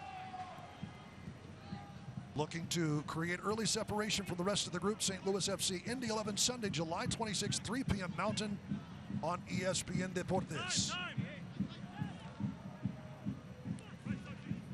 Nice thought from the back by Suggs, but Drew Becky has that one all the way. How about Tyler Pasher's lash, that 90th minute bomb to keep Indy 11 a perfect and undefeated 4-0. 7th minute of 8 in stoppage time. 90+7 Tyler Pasher, making SportsCenter's #1 play of the day. Last time I remember that happening was here in El Paso after a nifty bicycle kick. Maris trying to find Ross a little too far ahead, and Yearwood puts it. Touch for El Paso. Really good movement from Richie Ryan and Yuma, looking to get on the ball in that midfield and create for the Locomotive. Ryan. Mario Slomes, his back pass taken away by Weehan. Weehan's loose off on the right wing. The cross, looking. The volley, lifted up and over. And that's the danger of Chris Weehan. Very lively. He's been lively all game, and his ability to break on the counter and put pressure on the back line of the Locomotive.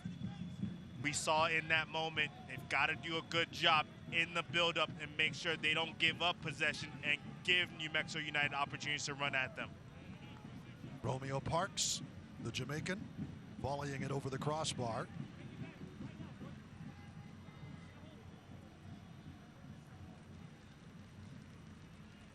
And we have a stoppage, and it appears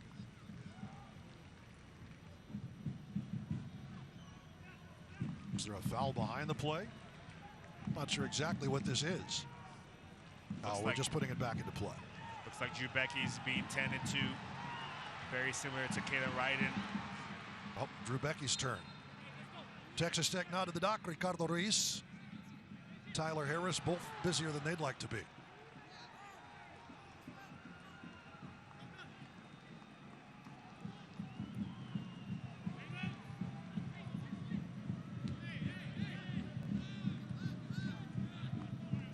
Ryan and Ross knocking it forward.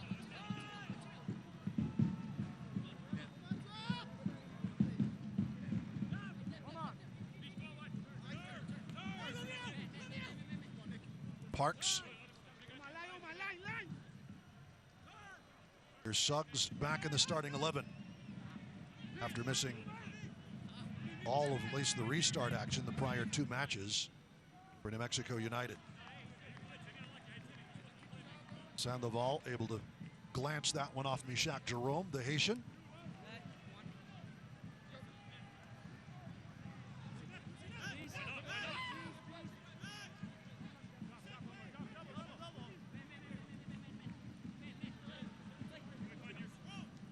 Good work by Parks. Rolls it back up the field into touch, but had done a solid job just averting what was essentially a Locomotive triple team. Here is Maris on the throw-in. Gets away from him, and Parks does well to control. Guzman with Becky in pursuit. Back to Ryden. Yuma. It's in front of Parks that time. Rolled up to Maris. Maris will let rip, but not on target. And it didn't trouble Cody Mizell that much. That's well done from Dylan Maris, really finding those pockets in behind Juan Pablo Guzman and Tenari, and looking to create and combine with Marius Lomas or creating shots opportunity for himself. He's really changed the way this second half has looked for the Locomotive.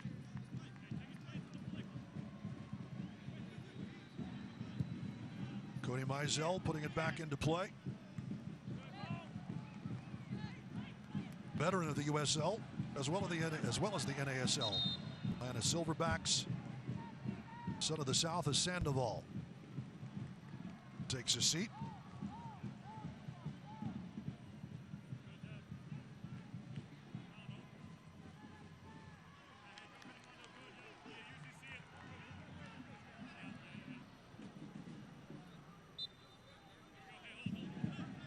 Locomotive FC, fair play to them. We'll have it here in the restart. Chiro and Toko. Marios Lomis. A little frustration with Maris.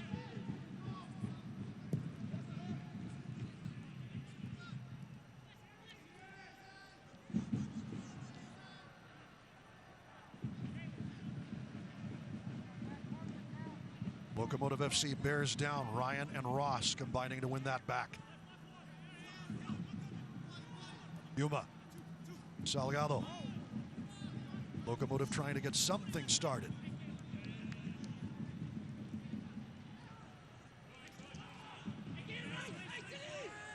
Rowe coming for El Paso. Trying to work their way back into this game.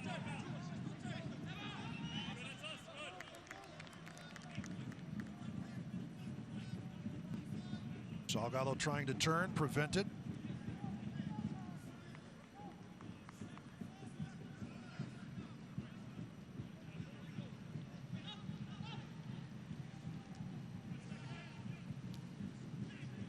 And Toko. Guzman to nod it back to Yearwood. Shaq Jerome's going to win that back for El Paso. Maris trying to control. Side slice.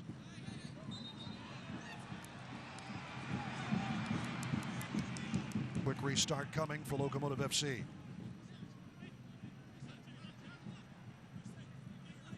Yuma. Good pick out for Lomis. One of the few times we've seen Marios Lomis touch the ball. Lomis, Ryan, Yuma. Good slip of the pressure by Weehan to keep possession. Salgado trying to dummy that pass in from Becky. Doesn't work out the way they wanted. Good stab by Maris to win the ball back. Ryan, Salgado. Fronted well by Sandoval. Ryan. Ross, he'll have a go. Deflected, tipped wide by Mizell. What a save. Called into action. That's well done from Nick Ross, just finding a little bit of space, finding a little bit of time, getting on the half turn and having a goal, having a hit at goal. Takes a deflection, and Cody Mizell does just as well to read it and get a palm onto it and push it out for a corner kick. The Chick-fil-A corner kick coming, and it'll be Ross who takes it. The Scotsman wanting to do something a little different. Hitting into last year, low driving cross, bounces all the way, controlled by Becky. It'll bounce back in another corner. Good work by Andrew Fox to turn. I think he knew it wasn't going to be steered on frame, but was hoping for a deflection, which he gets. And you see Richie Ryan having a word with the referee, looking for that handball in the box. Not sure if it was one, not sure if the referee. Chick-fil-A corner, nodded out by Sandoval.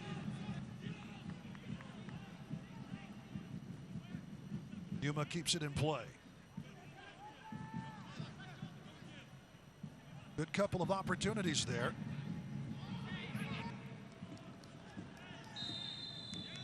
Yuma will be whistled for the foul as he takes down Guzman. And our substitution in the 64th minute, it'll be David Estrada coming on for United FC to replace Romeo Parks.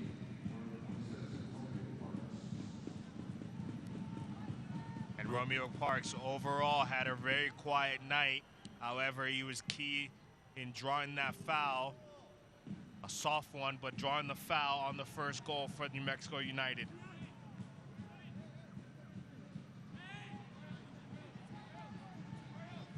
In a very similar position, in a very similar spot as the current free kick.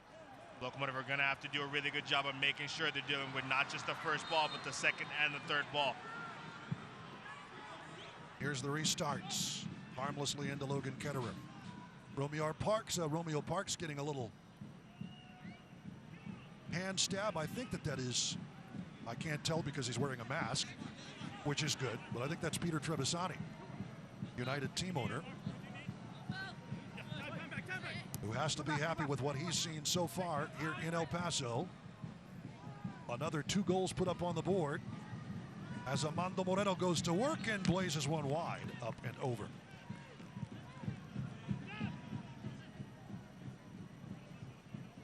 "20 minutes into the second half, Locomotive FC not able to get the offense they need to carve into that deficit. In touch for El Paso.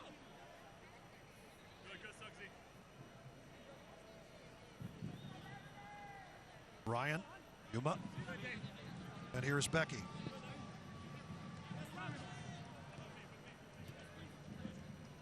We've seen a much quieter second half for Omar Salgado. In my opinion, it's because he's starting out on the line instead of making those runs into the channel. In the first half, he was able to get balls played into the channels, balls played in behind the outside backs of New Mexico United. However, he's starting with those outside backs in the second half, and that's keeping him from getting on the ball. Andrew Fox with a takedown of Austin Yearwood. Little shove. Yearwood gets a touch, but the foul already called.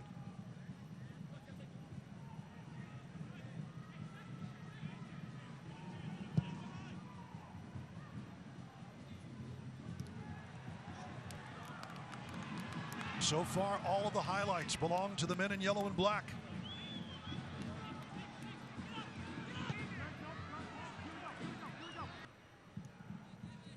Sully Muhammad. Giving it back to El Paso's back line.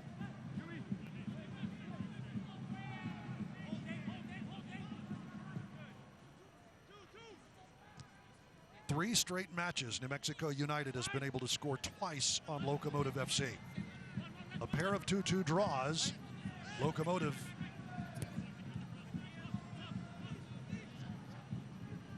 trying to uphold their end of the script at the very least.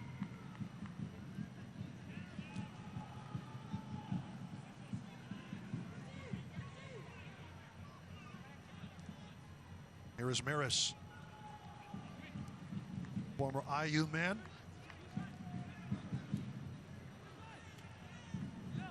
Maris goes to retrieve it. Good movement. Salgado trying to turn. But well by Wright. Ross, good flick to Fox. That's deflected.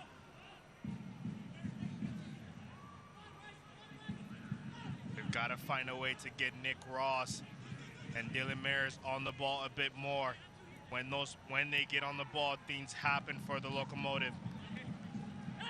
Becky will slide in and needs to be careful here. We'll get a warning from Matt Thompson, but left a little too much in on that slide because he knew that Suggs was off to the races. And it will be a caution. So the physical yellow card here in the 69th minute. Let's take a look at this one again.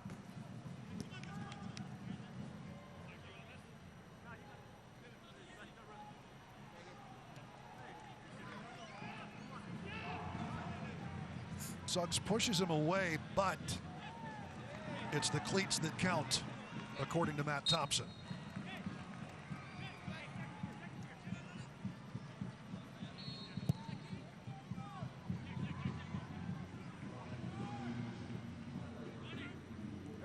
The 10th caution of the match, or 10th caution of the season, rather, issued to El Paso with Drew Becky. And that might put them all alone in number one. The first top spot, at least for yellow cards, in the USL Championship. They were second, coming in with 9.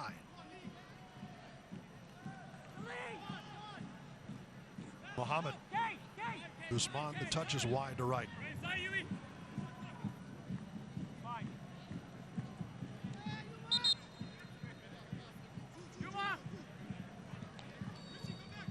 And here in the 70th minute, a pair of substitutions. Ryan Williams coming in, along with Daniel Bruce.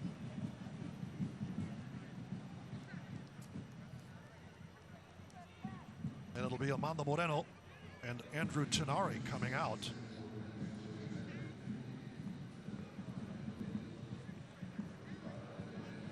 Armando Moreno has looked dynamic throughout the evening. Young man from Chicago Fire. He's only 24 years old.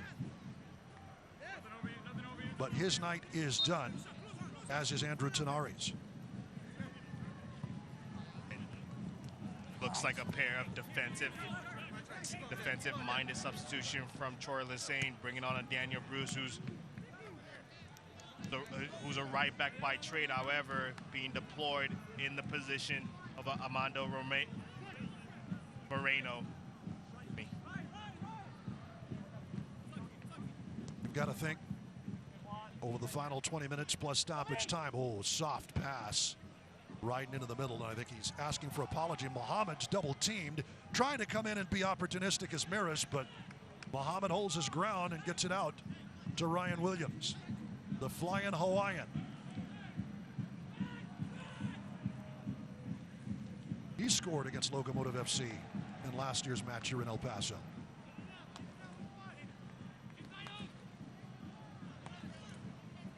Guzman to Suggs. Pressure applied, but Locomotive FC could not come away with the ball. Credit Muhammad for holding his ground. Suggs finds a seam. Loses a handle, probably kept it a touch too long. Still control though, here is Estrada.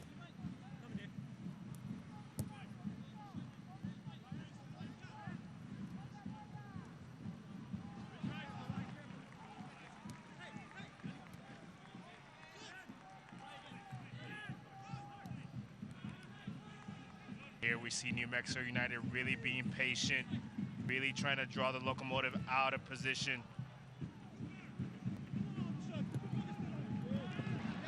Fox gets back and gets the slide to bounce it off Yearwood for a Locomotive throw-in. And it's overruled. A great challenge by Andrew Fox. Really good work to make up the distance and pick up Austin Yearwood. Lucky not to get the throw in for the Locomotive. So it'll be Yearwood to throw it in for United. Long toss there, Sandoval. Nicely done off the chest, trying to control. Bouncing around and cleared away. Mishak Jerome. Fox gets a touch, but not able to control. Comes to Muhammad.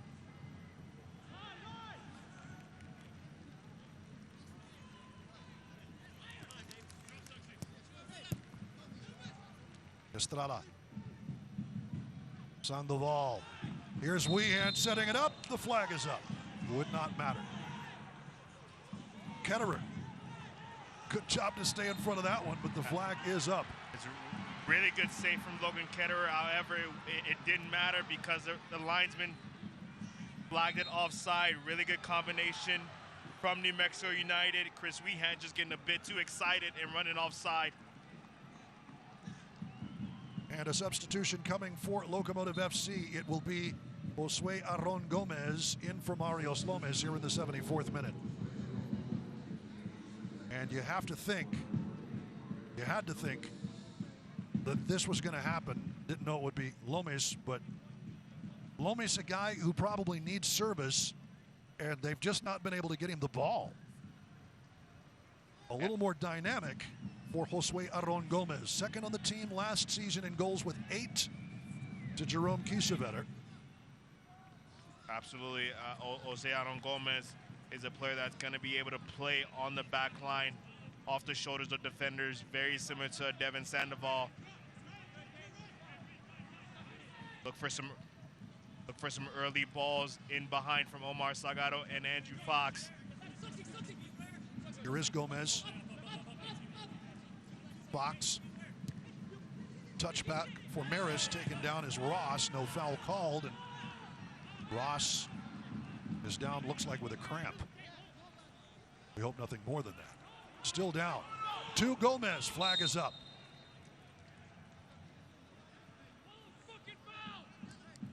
And that's definitely one the referee missed.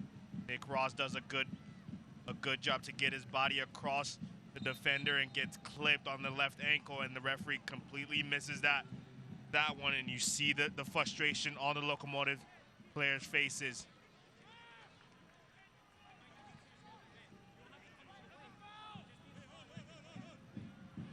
The rain has started to fall again here in El Paso, and I think that we may be close to a hydration break. But here's Mizell to put it back into play.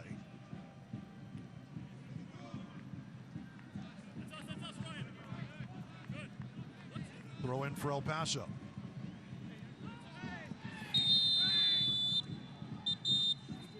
And that's Juan Pablo Guzman who earns the caution, taking down Gomez.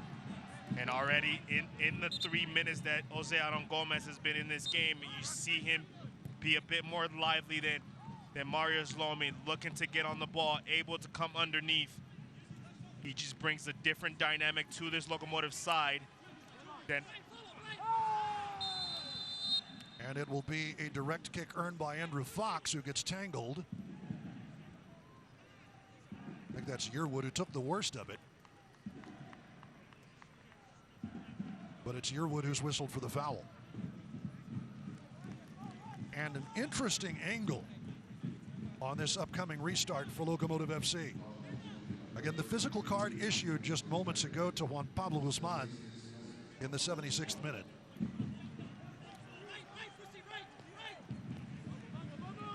And here is Dylan Maris ready to go to work.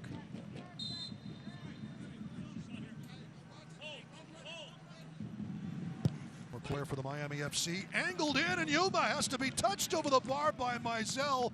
Oh, Yuma. What a seeing eye shot. The Spaniard showing his stuff. It'll be a Chick-fil-A corner kick. Maris stays over to take it. Swung in. Loose in the box. Cleared by Yearwood. In behind. Ryan to loft it back in. To no avail. Ryden clears it off.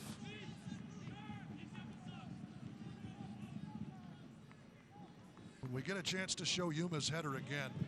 What a save by Cody Mizell. But here comes El Paso. Maris trying to get control of that. United does well, David Estrada. Let's take a look at this one again.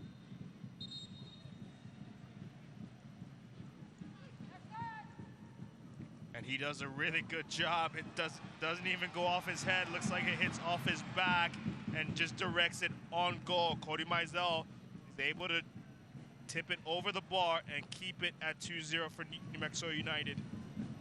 We have our Hydro Flask hydration break. Here in the 79th minute, as play has prevented us, I think, from stopping any earlier than this. But an opportunity for Mark Lowry to kind of do some drawings. Let's take a look at the Estrella Jalisco upcoming schedule for Locomotive FC. At Phoenix Rising, that's going to be a tough one. 8:30 p.m., that is on the 1st of August, then back home against Switchbacks FC. 1 week from that, Real Monarchs SLC coming to town on the 15th of August. Up to the Springs on the 22nd, and then Real Monarchs SLC back in El Paso. And this is interesting. We've got some video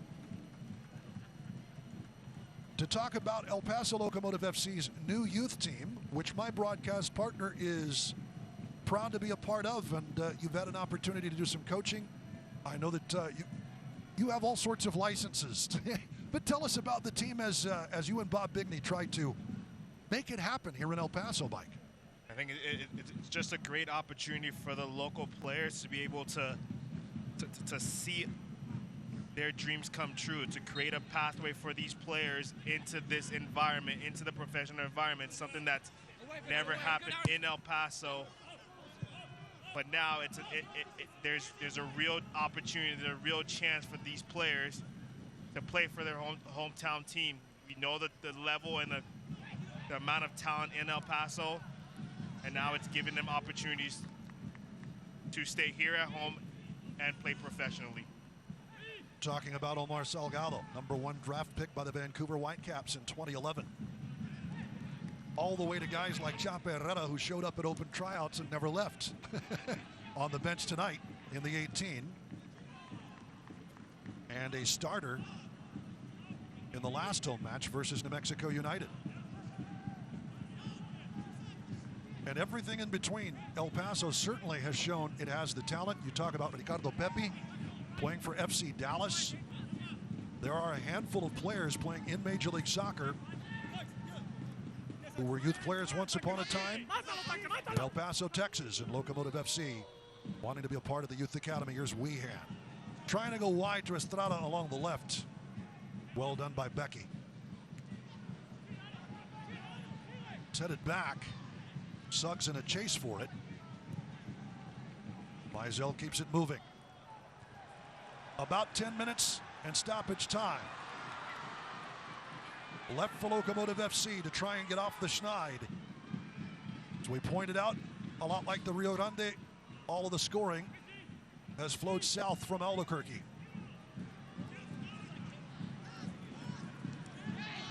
Yearwood in a tangle with Fox. And it's a Locomotive throw-in.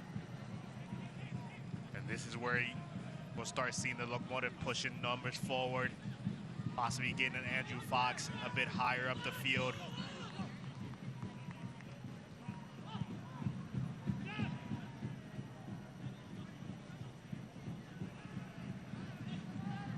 Josue Aron Gomez.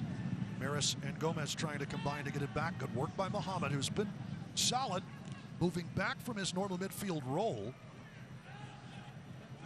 to fill the gap left in the absence of Sam Hamilton. Sandoval taken down by Ntoko, who's possibly going to get a caution here. And as soon as that ball was played into Devin Sandoval, you knew he was going to go down. He wanted nothing to do with trying to hold that ball up with no help, no support, and with Chiro and Ntoko barreling down on him. As soon as that ball was played into him, you knew he was going to go down and try to draw a foul. As we pointed out, Chris Wehan and Devin Sandoval scoring in the first matchup between these teams 9 days ago. And doing the same in the first half tonight to give United their 2-0 lead. Guzman, Wehan. Back to Ryan Williams. Suggs and Estrada trying a little interchange. Estrada will loft it back for Muhammad. Right. It's been a solid pickup, but has it stolen off his foot there by Maris. Bryant. Great ball to Salgado. All the way to the back line, Omar Salgado. One of the first touches I think he's had in the second half. Fed back by Becky Salgado to the far post. Headed by Fox. Straight to the feet of Yearwood, who clears it out. That's a really good ball from Omar Salgado, recognizing the height advantage that Andrew Fox has on Daniel Bruce and looking to pick him out on that back post. Bruce, one of those second half subs. Good work, Maris. One time to the waiting feet of Josue Aron Gomez, taken down. Penalty is the call. The sliding tackle by Guzman, who's pleading his case with the assistant referee, but penalty is the call from Matt Thompson. That's a great combination from Dylan Maris and Jose Aron Gomez. Studs up, and that's Ryden. Very little contact in there, however. Kalen Ryden jumping into that challenge, which is what the referee probably saw and why he called a penalty kick. Well, Cody Mizell has been pleading his case with the officials, and it will be Josue Aron Gomez to take the penalty to get Locomotive FC off the schneid here in the 85th minute.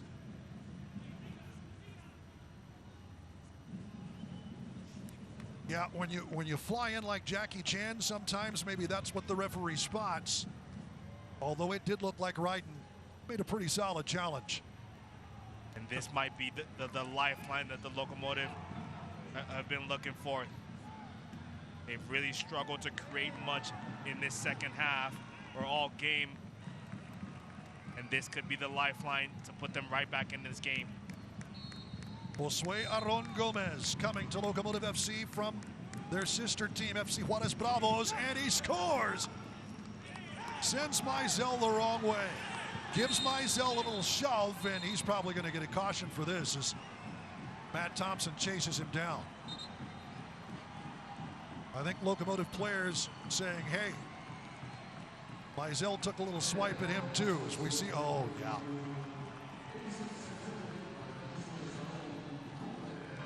So Thompson keeps his cards in his pocket, but it's Locomotive FC. In the 86th minute, the penalty. Good for Josue Aron Gomez, his first goal of the season. I'm not sure if this is going to be a talking to from Matt Thompson to Jose Aaron Gomez, or it's going to be a card. It looks like it's going to be a card. And you see the Locomotive players urging him to do the same thing to Cody Mizell. Devin Sandoval's about ready to exit in favor of Joris Alinvi here in the 87th.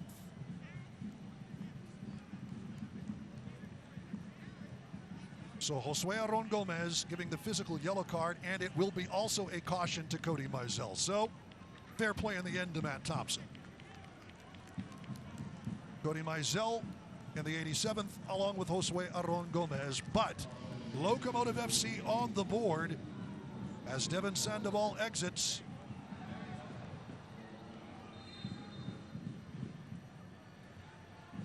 And Locomotive FC, the final 3 minutes of regulation plus stoppage time to try and take a point and stay on top of Group C. Joris Alinvi taking Sandoval's place. As Troy Lesesne tries to maintain that advantage. Good work by Yearwood to win it back off the foot of Andrew Fox. It looks like Distel Zola's warming up on the sideline, looking to come in. Definitely a player that's a threat on set pieces. He's got some size, he times it very well. So look for him to be brought into this game for those set piece opportunities late in the...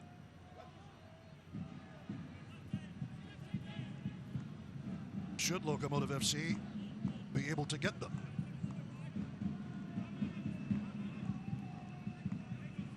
And as Sandoval exits, that is Troy Lesesne's third and final substitution opportunity against, again, 5 subs.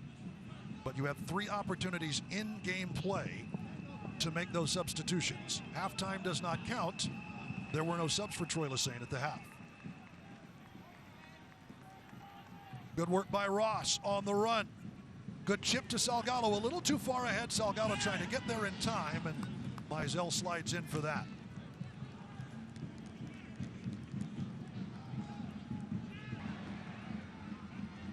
Good work by both parties not to leave anything in there. And that's what Omar Salgado does very, very well, running across the back line and looking for those balls to be played in behind for him to run onto. We haven't seen too much of that in the second half from him.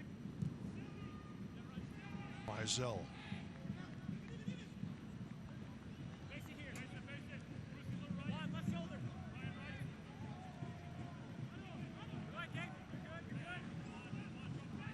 So Josue Aaron Gomez almost chipped away from Chiro and Toko. That's Weehan again. Salgado trying to give Yuma a little room to roam. And it will be a foul whistled on New Mexico United. That goal from Josue Aaron Gomez brought to you by the Hospitals of Providence in the 86th minute on the penalty to get Locomotive off the schneid and into the match. Trying desperately to make something happen here in late stages.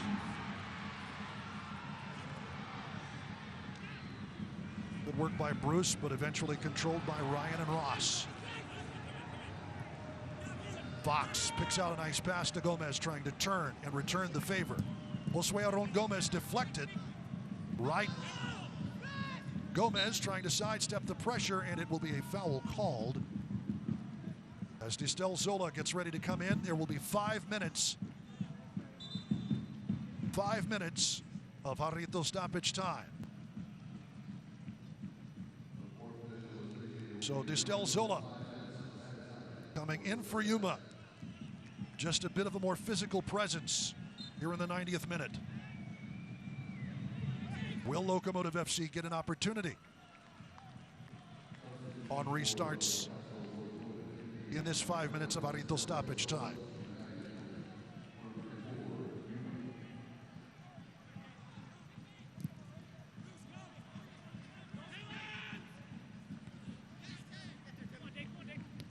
Maris, good touch. Earns Locomotive FC some possession and space.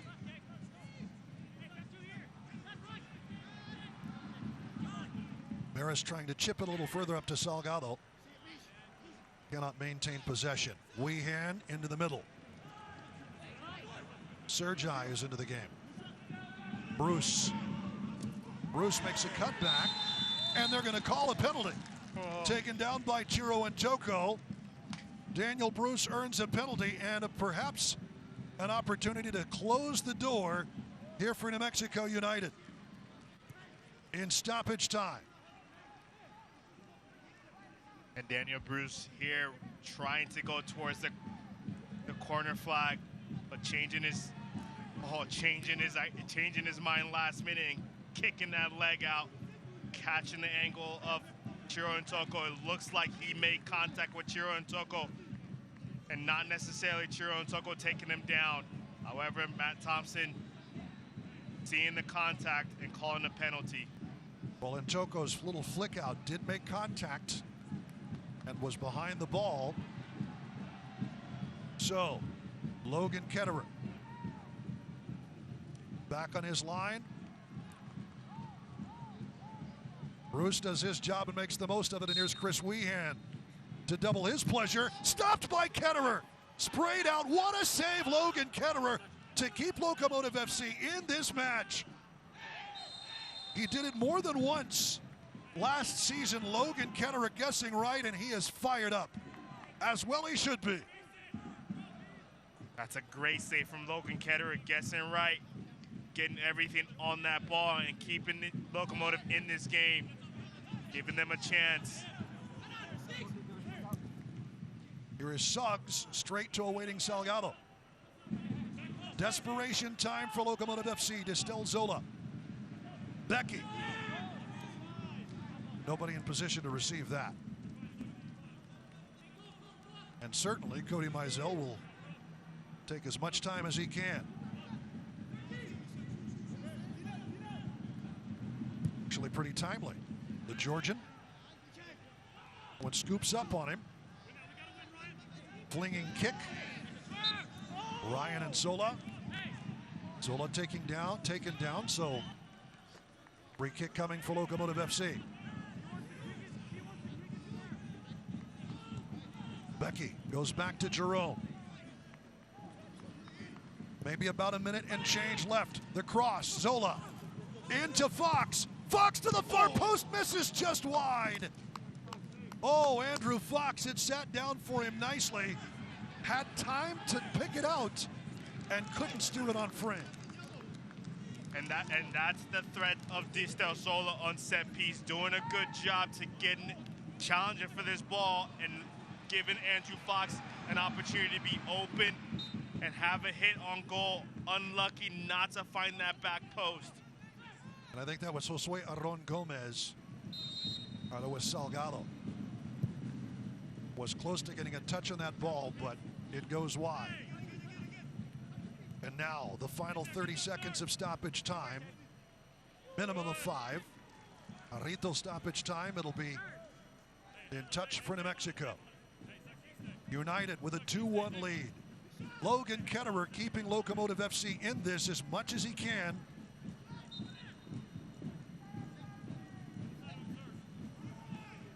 But the throw in. Off of United for Locomotive throw. They have to advance the ball quickly. Here's Mishak Jerome. This has got to be it. The last action, knotted away by United, but straight it comes. Salgado. The cross. Pinged out. Great work by Yearwood at the last. Good work by Salgado to win it back. But he fouled David Estrada.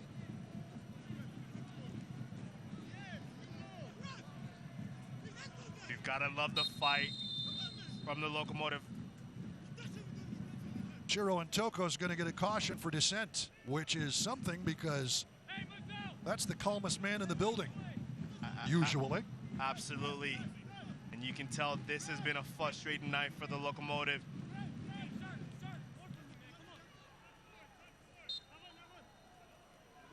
Cody Mizell, you have to think once he puts this back into play, that's pretty much going to do it. Oh, he puts it in touch. Locomotive with a throw. We play on.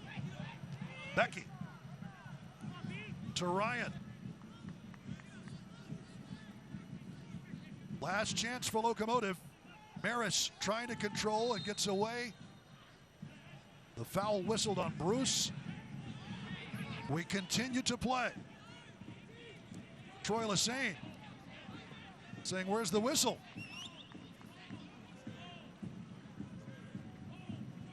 And here is Maris floating one to the far post. Easy grab from Mizell. And that is that. New Mexico United will vault to the top of Group C with a 2-1 win over Locomotive FC. Try as they might, in desperation, Locomotive not able to get the equalizer. And New Mexico United continues things as Richie Ryan continues the conversation as well.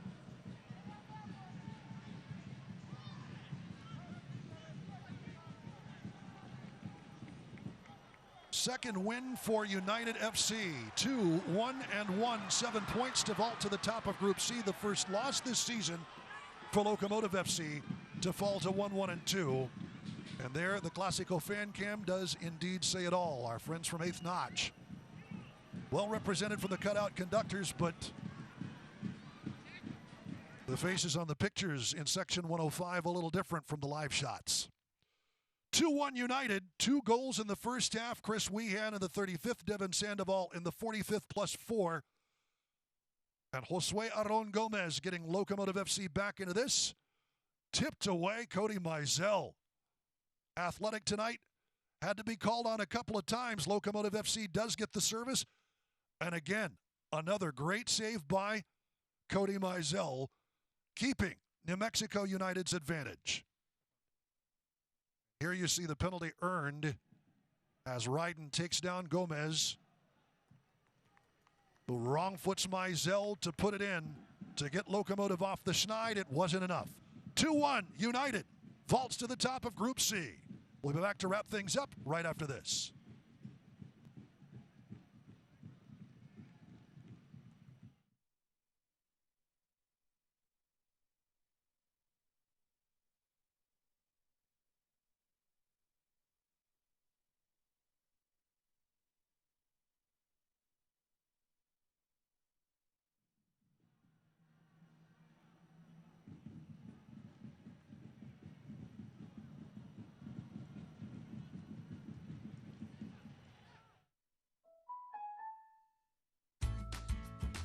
Summer drives you to bright skies and warm company with those who matter most. Get there with great savings and enjoy the fresh air with the windows down and the tunes blasting all summer long. GECU can get you the vehicle you want or refinance your current vehicle. Summer drives with auto loan rates as low as 1.99% APR. Hurry, get pre-approved by August 25th.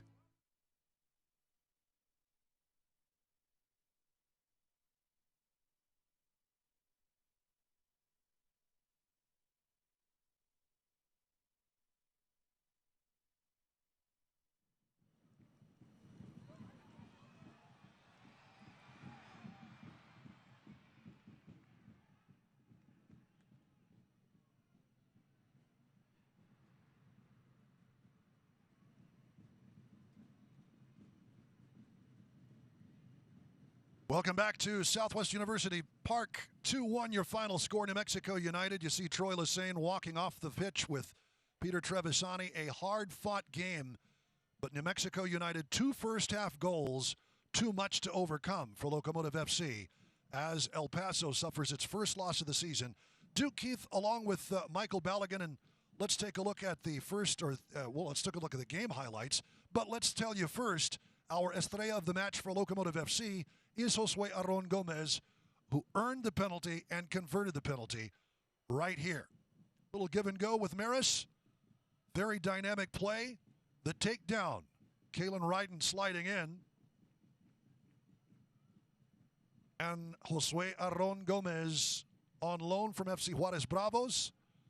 Little pushing and shoving after he gets tapped by Cody Mizell. Returns the favor, each of them getting cautions, physical yellow cards right after that. But 2-1 the final.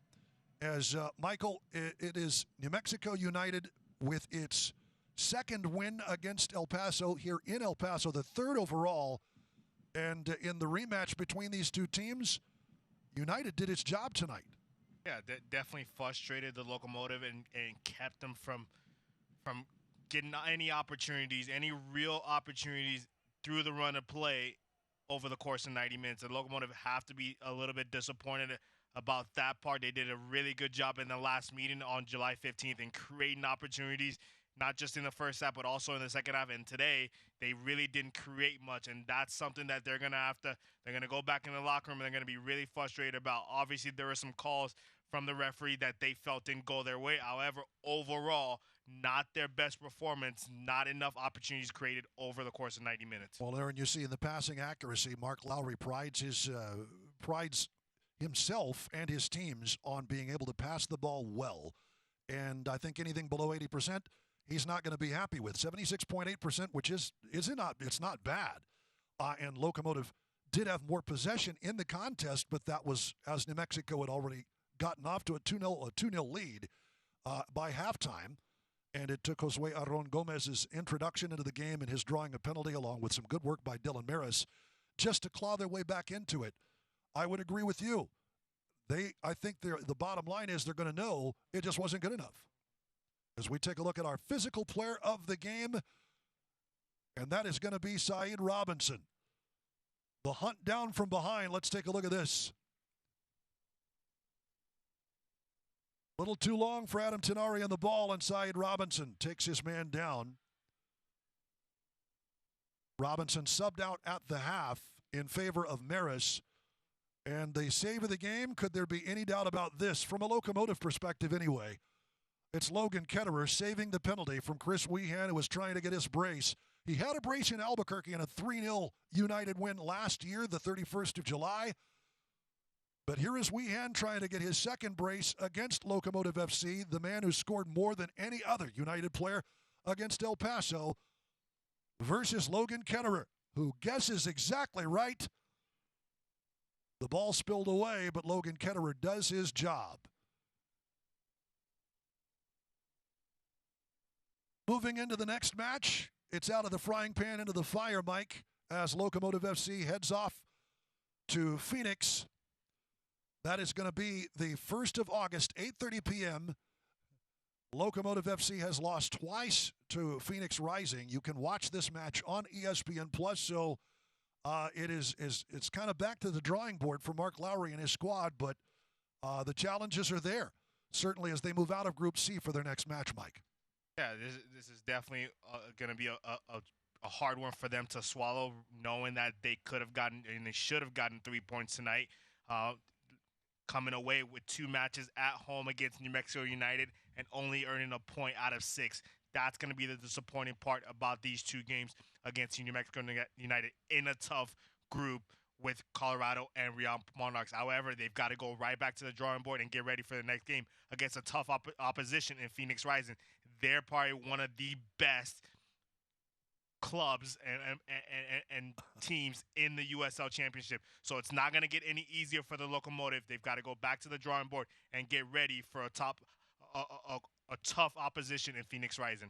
It's presented by Brian Bird's home selling team. Moving into the next match, Locomotive FC versus Phoenix on the 1st of August.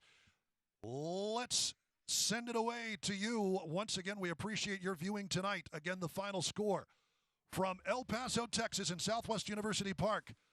New Mexico United 2, Locomotive FC 1. For Juan Gutierrez, our producer, for Tonya Dominguez, our sideline reporter, for Michael Balagan, I'm Duke Keith. Thanks for watching this evening. Again, your final 2-1. Until next time, here in a couple of weeks, I'm Duke Keith. So long, everybody.